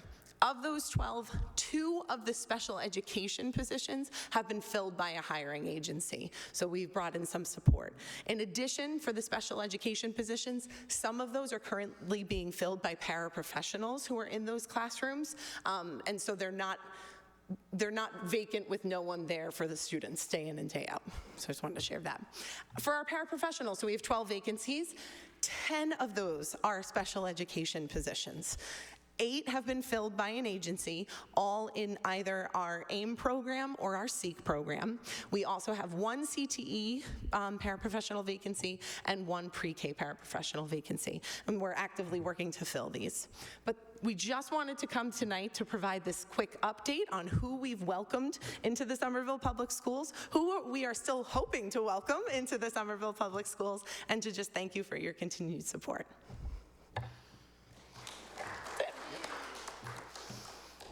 Questions? Mr. Green and then Ms. Dion. So I think actually this is through the chair to probably someone on the stage. I am glad that we are investing money in hiring agencies when necessary to help with the hiring process and find good people. But where does that come out of the budget? Like, where does the money to do that actually end up coming from? Through the chair. So the money for salaries, for the new folks? No, for like the hiring agencies and the the hiring agency? That is a good question. I'll have to ask Fran. But my understanding is that it has been very difficult to hire. And so our bottom line is that we need to put in front of every student the best people we can, but so educators we can. So I will look into that. I think it's not cheap, as far as I know. I want to be clear, I completely support that the decision to do so. I think it's the right thing to do. I want to make sure that if we need to make this a permanent line item, we do so. That's why I want to know. Gotcha. Okay. I thought you were asking, you're trying to scrutinize that money and where, but yeah, the bottom line is that we need to really, do whatever we need to hire them. Yeah. Ms. Dion. I was wondering, like from your experience in HR, do you know, like what reasons do people have for declining to identify their race? Like, is there, I don't know if you know, like why in particular people, like so many people would decline to identify their race? Through the chair, I can provide some feedback based on experience when I was working in HR a few years ago. It depends on the population, so I know that when it comes to Latinx, often folks who are Hispanic or Latinx, they don't want to describe themselves as white, and so in some cases there is a discomfort with the level of calling a race, and so that's a subcategory that I know of. In other cases, depends on how the system is set up. Like in Aspen, if you don't select ethnicity or race, it automatically defaults into something else. So I don't know if that's the same case with this Aspen or Aspen conditions, but it's a matter of, as we were talking today about digging a little bit more into that data, because I'm curious about that as well. Mr. Green. So I can speak to that somewhat from a national perspective, because we're seeing the same rise nationally, and at least some of it is conjectured. Obviously, we need more data to be a rising number of white applicants thinking that not mentioning race will help them somehow. I don't know if that's the place here. In Somerville, obviously the Somerville demographics are ideologically different from the country as a whole in a number of ways, but I just think we're seeing nationwide. Through the chair, there's also such a thing as widening your resume, which is, and there are multiple studies that show that when you change your name, your last name, and you also omit your nationality, there are higher chances to get hired. So it's interesting because we can pull both sides of the data and then debate, what is the reason behind that. But yeah. Dr. Ekman, apologies. Thank you. A totally different topic, so did you? Okay. I'm curious, I saw that we're still looking to hire substitutes. I know we have enacted a more generous leave policy, which I know we're proud of. How is that impacting this, and how is it going? Through you, Chair. Thank you very much. That's a great question and a topic we've been talking about a lot. The substitutes that were highlighted in this presentation as still being vacant were specifically building substitutes, which is really like a full position where the substitute is expected to report every day. So it's slightly different than our intermittent substitutes that get called when there are vacancies. We would like more of both, to be clear. In terms of our leaves and our parental leave, we are seeing quite a few requests for leave, and I'll let Mariana speak to that. But we are doing some strategic placement of personnel where we've hired full-year teachers to cover multiple leaves. So we have 4 of those at the elementary level, so that when one leave is over, they can shift. We won't have to look for a new person, a new educator at that moment.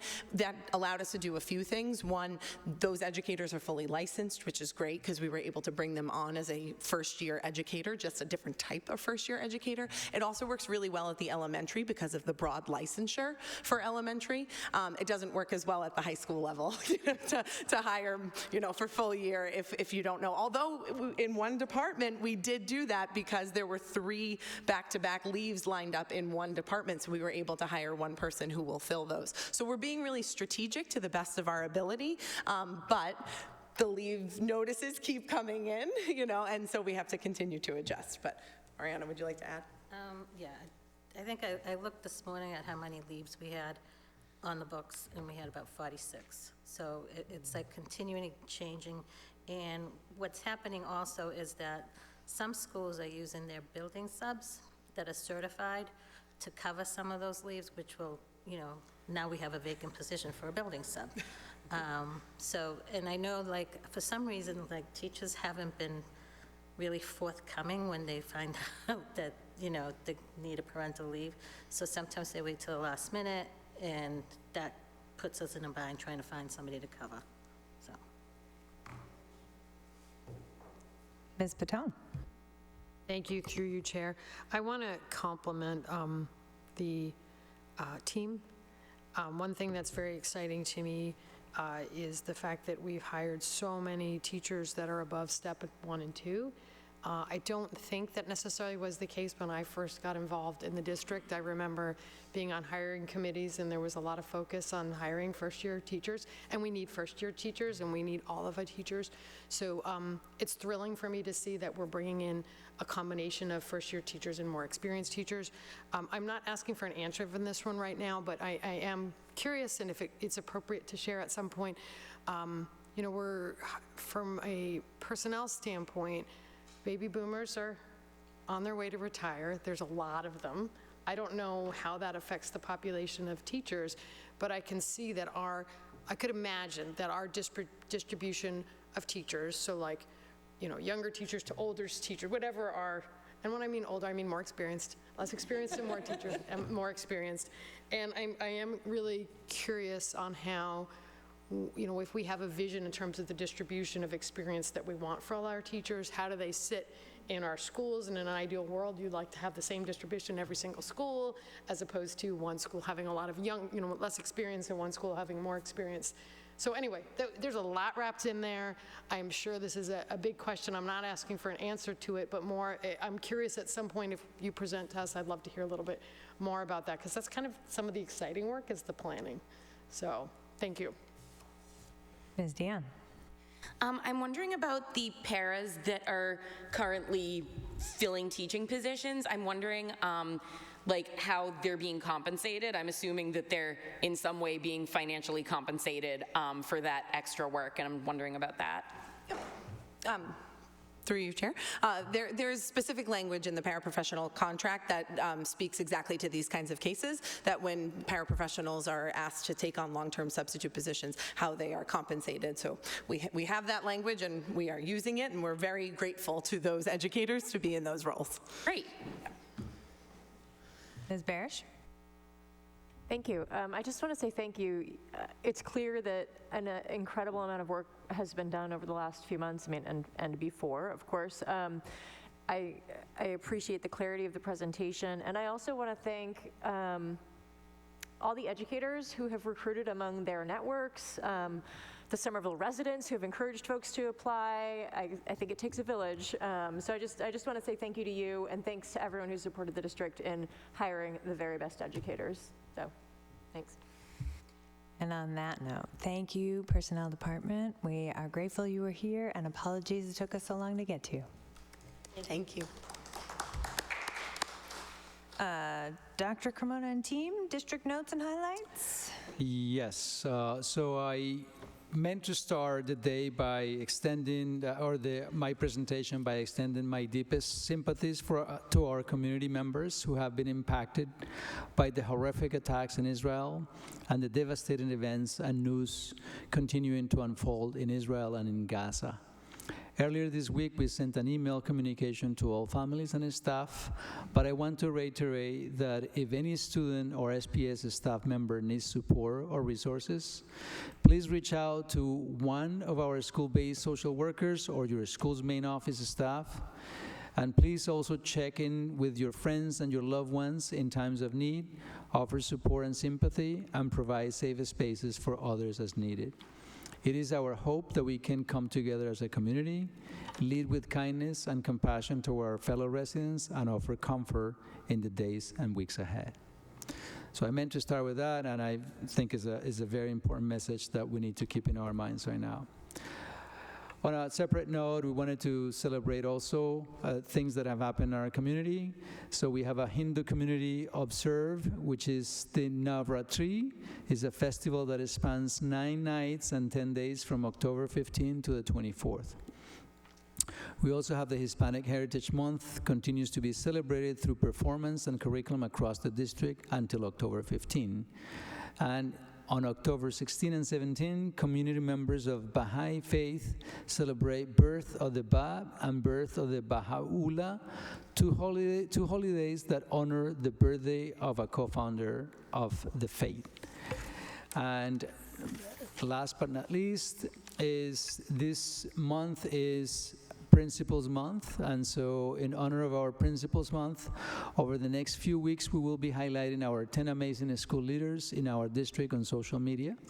This is just one small way we can recognize and thank them for their hard work and dedication. Though they need no introduction, I want to take a moment to list them and thank each of them individually. Felix Caraballo at the Capuano, Courtney Goslin at the Winter Hill, Margaret Green at Next Wave and Full Circle, Alicia Kirsten at Somerville High, Bernice Mays Diaz at East Somerville, Sean McGuire at Brown School, Steve Marshall at Kennedy School, Andrew Pelletier at West Somerville, Glenda Soto at Argenciano, Sarah Wall at Healy. Please join me in thanking these hardworking educational leaders in our community. I am truly honored and really feel that we are very fortunate to have such a cadre of principals, and I can feel that the sky is the limit, and I am looking forward to working with them for the years to come. I'm going to have now Assistant Superintendent Chad Maza and Dr. Boston Davis continue the update, the superintendent's update. Thank you, through the chair. A few upcoming events. So this week, SPS joins the state in celebrating STEM Week. So this is a statewide initiative designed to bring attention to science, technology, engineering, and math. And more, we should also note that while this initiative officially lasts only 1 week, more than 30 SPS educators from across the district engaged in a variety of STEM Week projects over the course of last school year. So we're really excited and say every week and SPS is STEM Week.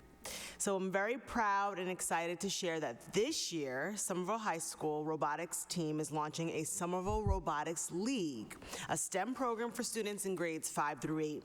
This STEM Week, the program kicks off, motivating students to create the future of STEM and starting off a new type of learning through community, inspiration, and creativity. Very excited about that. Additional upcoming events. On Wednesday, October 18th, from 5:30 to 7 p.m., SFLC and the MLE, Multilingual Learner Education Department, and the city's Summer Viva Office of Immigrant Affairs are partnering to host a workshop entitled A Workshop for Immigrant Families. The workshop will be offered in Spanish, Portuguese, and Haitian Creole, and offers the opportunities to learn about how schools work in America and how we support students who are learning English and local resources to support those families.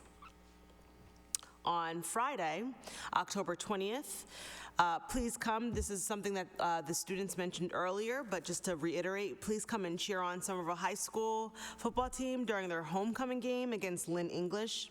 The pep band will also be performing, and the game starts at 6 p.m. at Dilboy Stadium. Don't forget to cheer on all our athletic departments and teams across the district.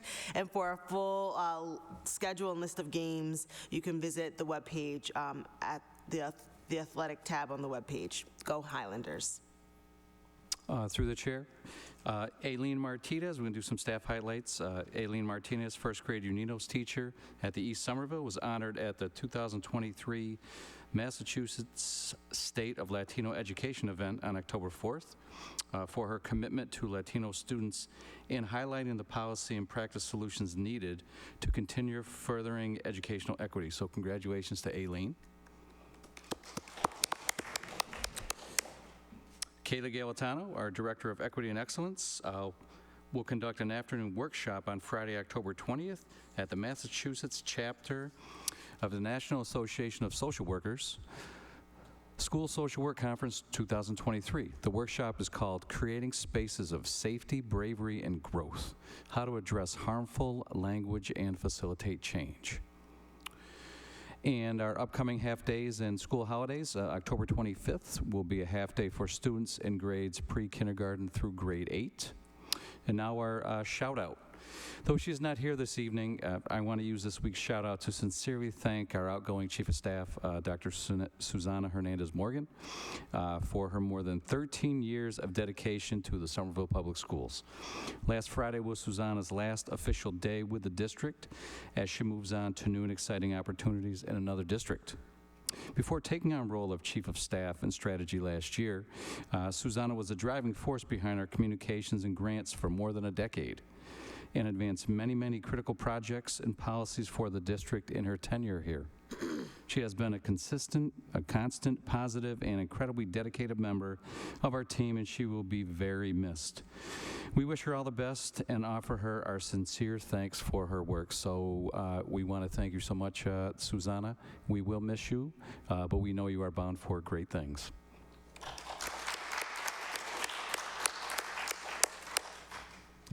So now we're going to take things in a little bit of a wacky order.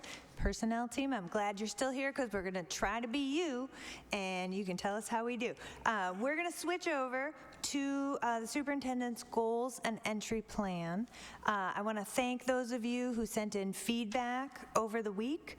We're going to start off with Dr. Carmona discussing, kind of introducing us to where we're at. Then we're going to move to unfinished business. We do not actually need to discuss and vote on the entry plan. We just need to talk about it.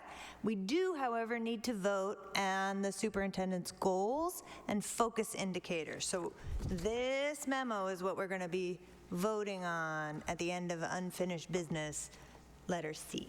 So Dr. Carmona, take it away.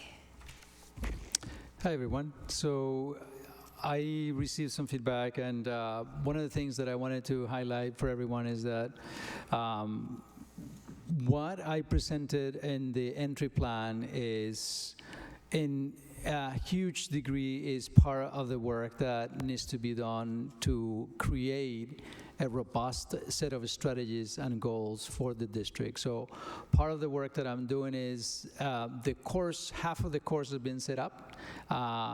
The entire district and principals and executive team set up a set of conditions and goals that I am sustaining and maintaining, and it's part of the work that has to happen. So one has to be respectful as to coming into a space in which there is a lot of work that is happening. So the real work work in my mind that I have to do is making sure that the systems are in place to support the goals that were outlined, which are highly related to the goals that were established by the school committee, and mainly around instruction, making sure that we have a whole child approach to so every child can have equitable access in our district. So the biggest leverage that I outlined in my goal was that looking at data and having a system to address data in a systematic way.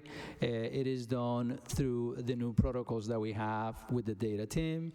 It is done through the Lynch Academy work, and we have the feedback we have gathered from the principals has been very positive. I feel that this is the first time in which they have felt that they have a very systematic way to think about their practice, think about their improvement, and think about the data that they use for that.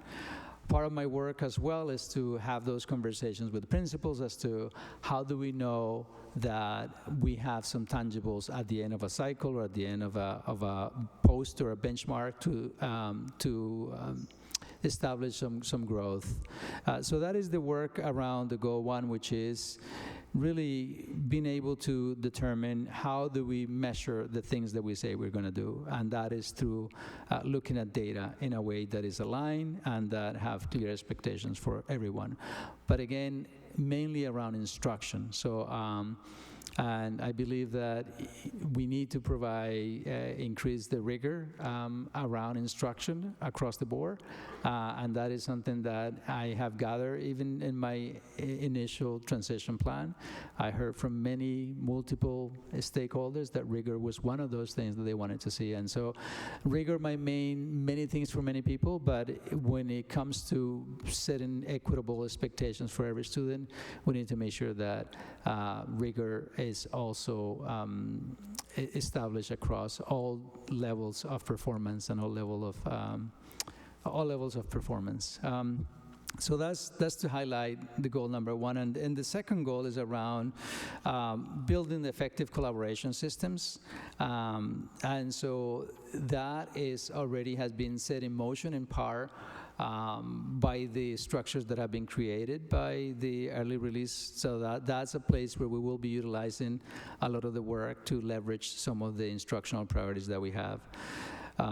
They work with the principals around instructional alignment, as well as the teacher evaluation or principal evaluation tool is one of those things that we'll be using to make sure that we match our goals and our expectations to outcomes that we can measure at every building. So in short, the idea is to basically build these two systems that would allow us to not only look at data in a systematic way, but also creating the conditions for collaboration with the school principals that are kind of the folks that I have the most direct impact through the work. So those are the two goals that I mentioned last time, and you also had some feedback around that. I feel that the other two goals, one, my instructional practice goal is around making sure that I implement my coaching cycles for myself through the coaching that has been established through the MASS. And regardless of what continues to happen or what I put in my goals, you also will be assessing my performance along 4 different or 5 different indicators. How we manage buildings, how we communicate how we establish communication with the community, how we make sure that we create instructional practices that are effective for kids. So there are those different categories. You still will continue to be utilizing as a rubric for my performance. So I actually created an entire new document after some of the feedback that I got from you, and it really looked like a strategic plan. So I thought, this is not really where we needed to go, because part of the work that needs to happen is that I need to get the feedback from all the community as we go along. I don't want to create something that is my thing, but is the community thing. And so I humbly, came back to the original goals that I shared with you. But there was some feedback about a student voice, which is one that I actually have in my mind, and one around how do we make sure that this work around infrastructure and building and capacity for our students is in the forefront. So those will still continue to be part of the work, but they are not reflected on this part of my goals. So, do you want me to open up for questions? Or? Yeah, just before we open it up for questions, just this framing, right? These are the goals and the focus indicators on the rubric by which we'll be evaluating Dr. Carmona as the superintendent of this district. It is not how we are evaluating the progress of the district as a whole and the work that we need to do this year. And it's important to try to keep those things separate, even though the task of superintendent evaluation kind of blends them by nature. So with that, I will open it up. Mr. Green. So I think your comment was actually the perfect framing for this, which is when we're looking at this from the perspective of how we're evaluating our superintendent's performance, the proposal here is a good proposal for evaluating a first-year superintendent. I know that we as a district and we as district leadership have a number of things since, it's been 4 years since we've been back in the education business, as I've been saying. These things that for us are these things we've been waiting to do for years, and I want to do them too. But the reality is, there are just some basic fundamentals we want to establish Dr. Carmona in being fair to him as a supervisor and as a judge. I think for supervising a first-year superintendent who has hit the ground running, this is a really good framework. So I'm okay with it. Thanks, and I just want to underscore that if you were reading the DESE guide really carefully, you might have gotten to Appendix E and thought, wow, that looks really similar to Dr. Carmona's evaluation plan, and that's by design, right? That's DESE's proposal for a start of a new superintendent's evaluation goals. They neglected to tell anybody that you also had to have a student learning goal. So thanks to MASC, that's now there. But I want to underscore your point. Like, this is very much what DESE recommends as a first-year superintendent's evaluation goals. Other questions, comments, or a motion to approve? Ms. Petone.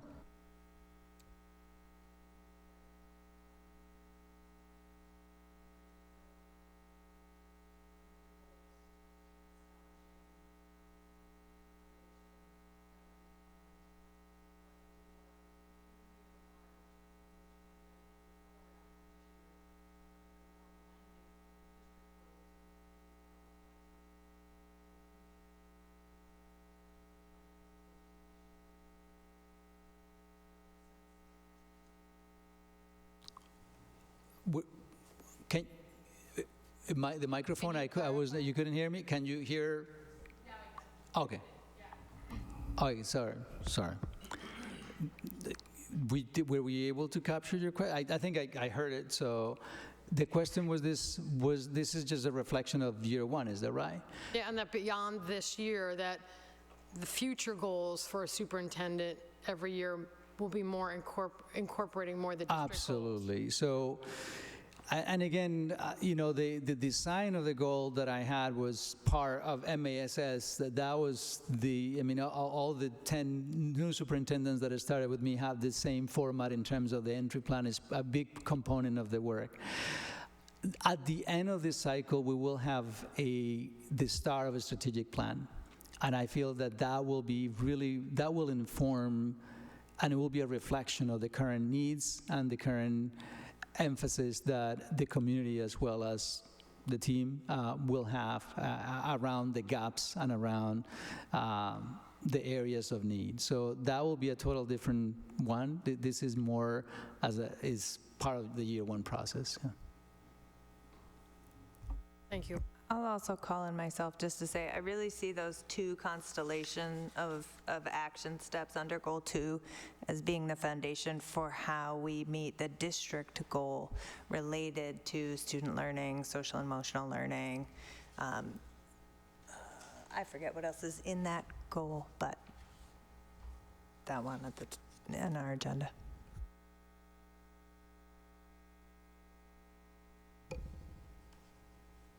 Any other questions or comments, or can I get a motion to approve the superintendent's goals and focus indicators? So moved. Second. There's a motion on the floor by Mr. Green, seconded by Dr. Ackman. Any discussion? Can we call for a vote? Thank you very much. All in favor? Aye. All opposed? Motion passes unanimously. Let us, now we have finished the district report, unfinished business. C, did we have any questions on the superintendent's entry plan that anyone wanted to address?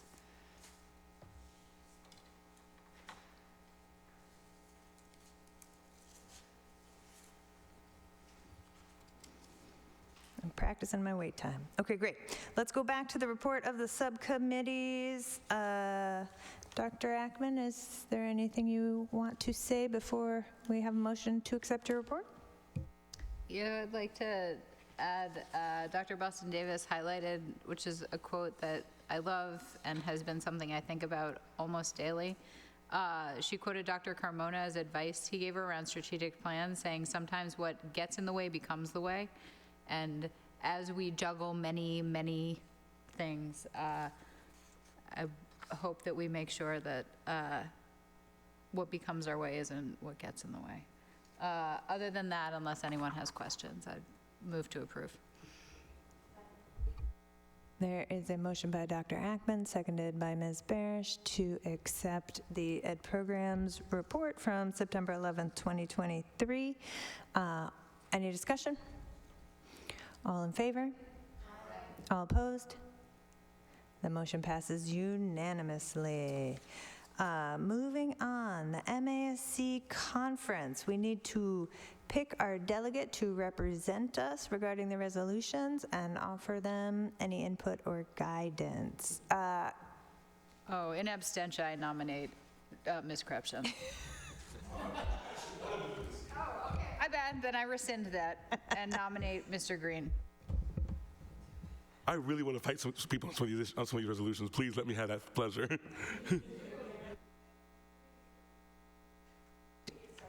Yeah, do we need to formally vote on this? Second? Okay.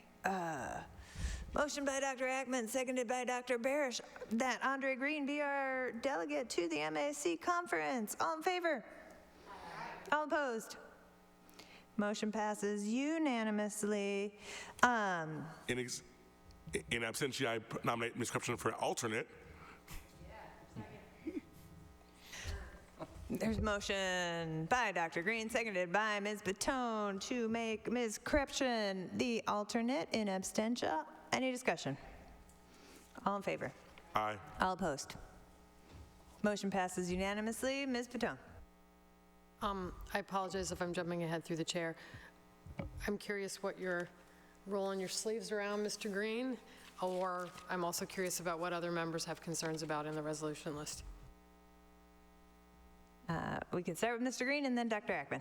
So the ones that maybe want to do this are, I just literally just had the sheet, are Resolution 2, which is about the auditing of the school transportation service, which is a long-term bet noir of mine, how we distribute these contracts in the state.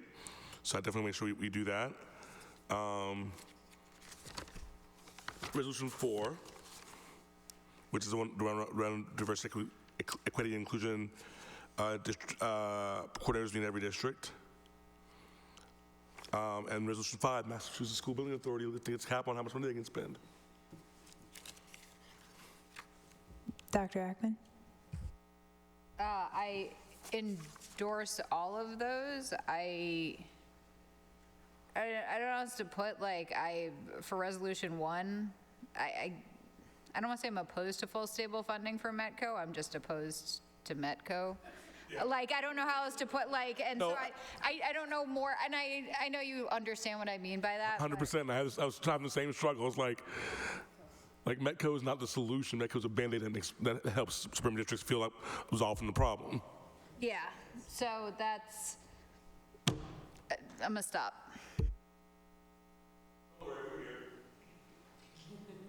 Anyone else want to offer guidance to Mr. Green? Ms. Dion.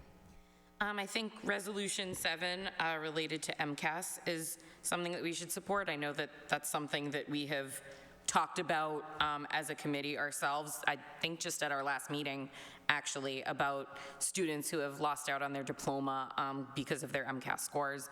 So I think Resolution 7 would be a good one to support.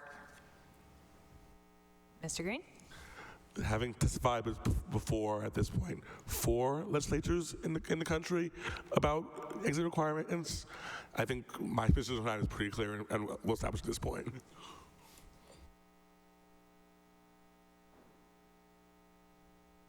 Anything else?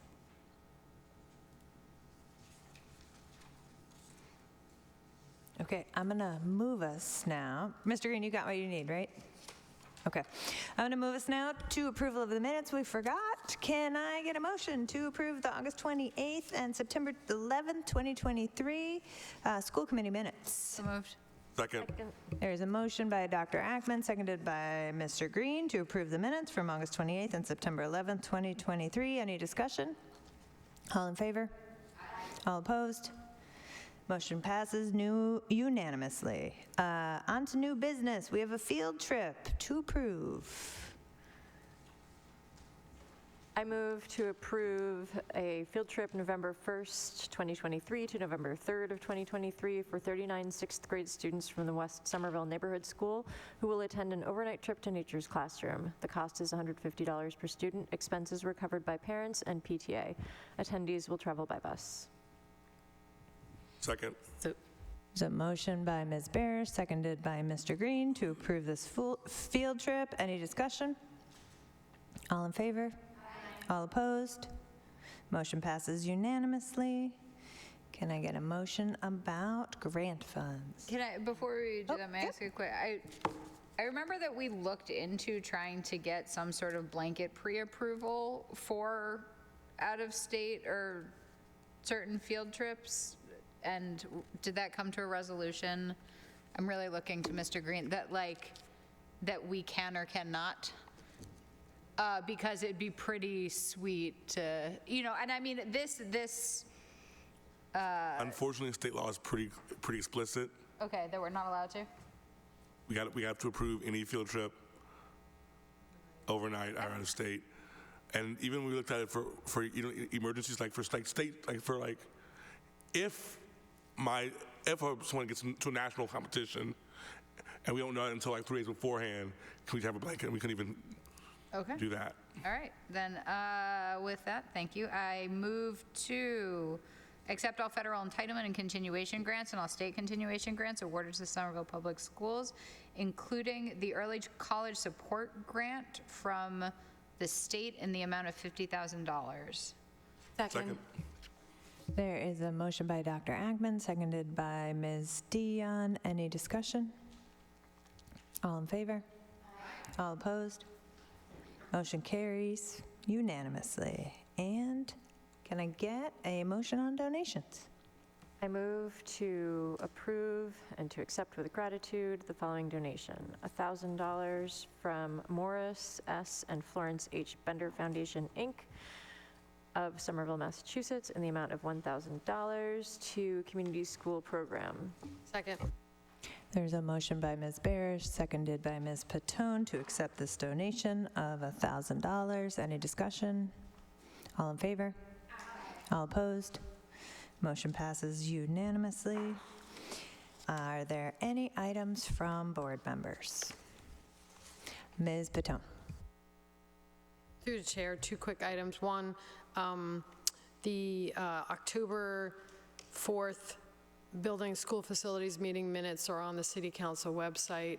I would be happy to report on it next school committee, a regular meeting, so we can add that to the agenda. I'll just do a quick write-up, but if anybody wants the details, that'll be on the City Council website. And the second item is in response to some feedback from educators around iReady.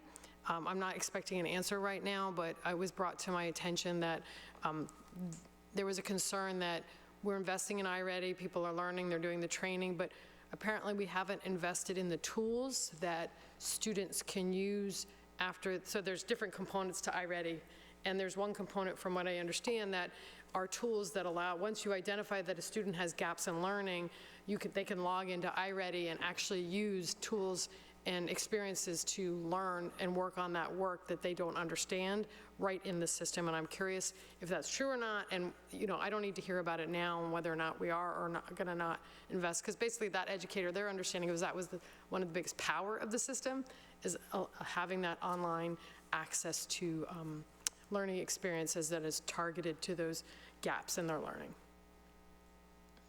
Dr. Boston Davis. Thank you, through the chair. Thank you for that question, and thank you for the point. I'm actually glad this came up because it will clarify a misconception there. So, and I'll give a quick overview of iReady, and then can speak. And we're actually going to speak more about iReady in the November Ed Programs meeting, so we'll be able to speak in depth there in a way that I'm not necessarily prepared to, but I've been spending a lot of time thinking about it, so I can speak to it briefly, a quick overview. So iReady is an assessment system that we've invested in for this year. In part, it is replacement of the STAR assessment, which was discontinued within the Somerville Public Schools, not last year, but the year prior. And so it was kind of a replacement for a way in which we collect data to measure students' progress as a formative assessment system. When I say formative assessment, I mean an assessment that's going to help inform our instruction going forward, not like a summative assessment, which kind of captures how students have done, and it's not really used to guide instruction or decision-making going forward. So the purpose of iReady is really for educators to regularly get data on how students are doing as measured by standards and be able to use that data to drive decision-making, to drive small group decision-making, like forming small groups, like what they're going to focus in on in free time, such as XBlock, like standards that they need to focus in on more or emphasize more within their instruction. So that's generally speaking what iReady is. It does not impact students' grades or anything like that. It is really a tool for educators, and we're hoping to really use it during the common planning time. That said, iReady has, like most assessment systems, has many components to it. So there's what they call from the iReady team, what they call the diagnostic, which is this regular formative assessment that we can frankly give as many times as we want, but the iReady team recommends, I believe, 18 weeks between diagnostic rounds. So we have one in the fall that we just launched. We're rolling out kind of learnings, and then we'll do it again in January and hope for that data to be a bit more valid, given we've gone through it and worked out the kind of learning pains, if you will, growing pains. And they have a diagnostic, so the assessment. They also have an at-home component, and there's also a computer component. So much like many other software, some of which we invested in our district, there's a computer component in which educators can essentially say, okay, these are the areas in which iReady has identified need more work. If we have a time such as XBlock or a time, I can assign these lessons on a computer. So I think this is what Ms. Patone is referring to, and students can engage in that work. So there are many reasons why we did not choose to move forward with that system this year. That is not to say that we will not move forward with it. Ever in the history, in the future. We may choose to do it next year, but there are several reasons why. So the first being that we are rolling out a new assessment system. We have new curriculums that we're rolling out. There are a lot of changes for educators, and we feel like we need to do things responsibly and do things well. And we also, weren't sure how iReady, frankly, was going to go. And so in order to do that, and we invested a lot of time in training. We wanted to make sure that it wasn't an overwhelming, especially for an educator who is, say, in elementary grades, starting a new social studies curriculum, starting a new math curriculum, and starting a new assessment curriculum, along with another host of other changes. So that was one. It was just kind of managing a very large change and trying to do that strategically, step by step. Another is that it's my understanding, I was not in this position when this happened in the past, but it's my understanding that there were some challenges in the past when we did have computerized systems, such as the online component of iReady. It was not that component, but not that system, but other systems like that, whereas there unfortunately were times when students were assigned lessons, but there was not much monitoring happening on the side of the teacher, frankly. And I heard that from a number of people last year who encouraged us to think carefully about the way in which we roll things out, so that it doesn't just kind of become an extra addition to the classroom day that's not monitored in a way because educators did not receive the training to do so. Finally, the goal of iReady is to inform decision-making in our practice.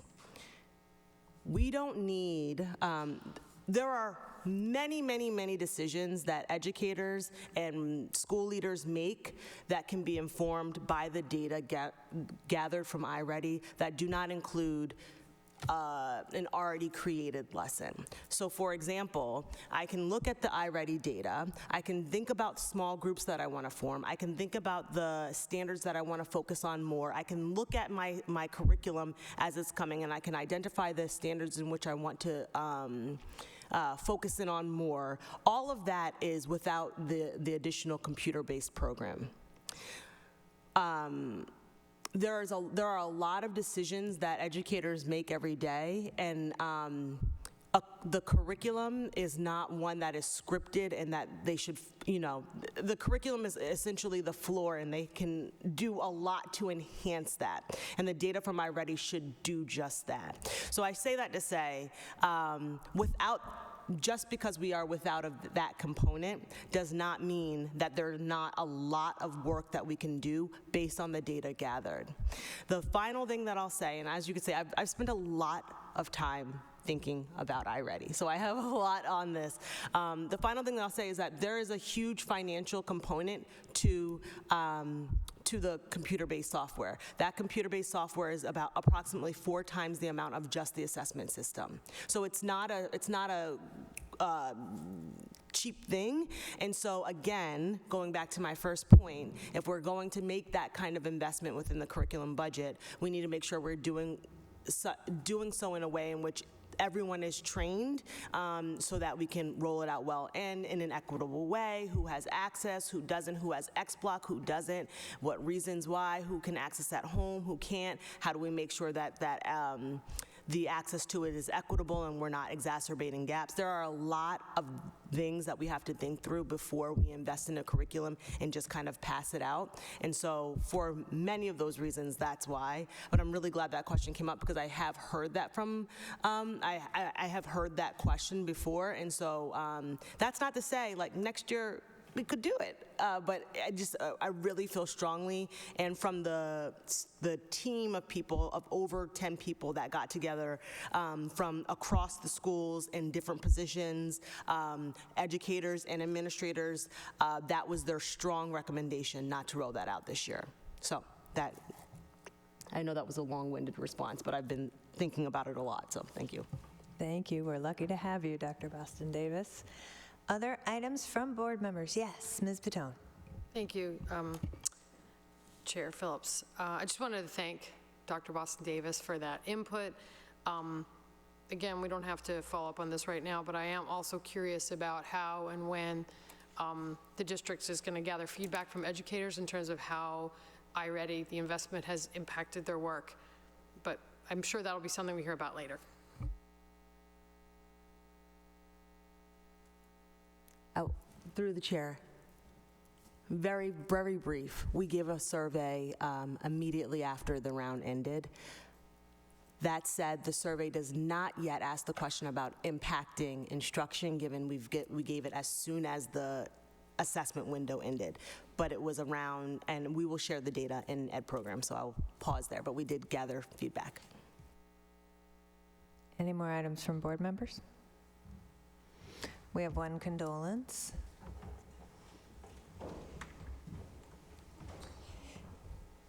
Peter Zadok Herman, father of Julia Frischette, third grade teacher at the Arthur D. Healy School.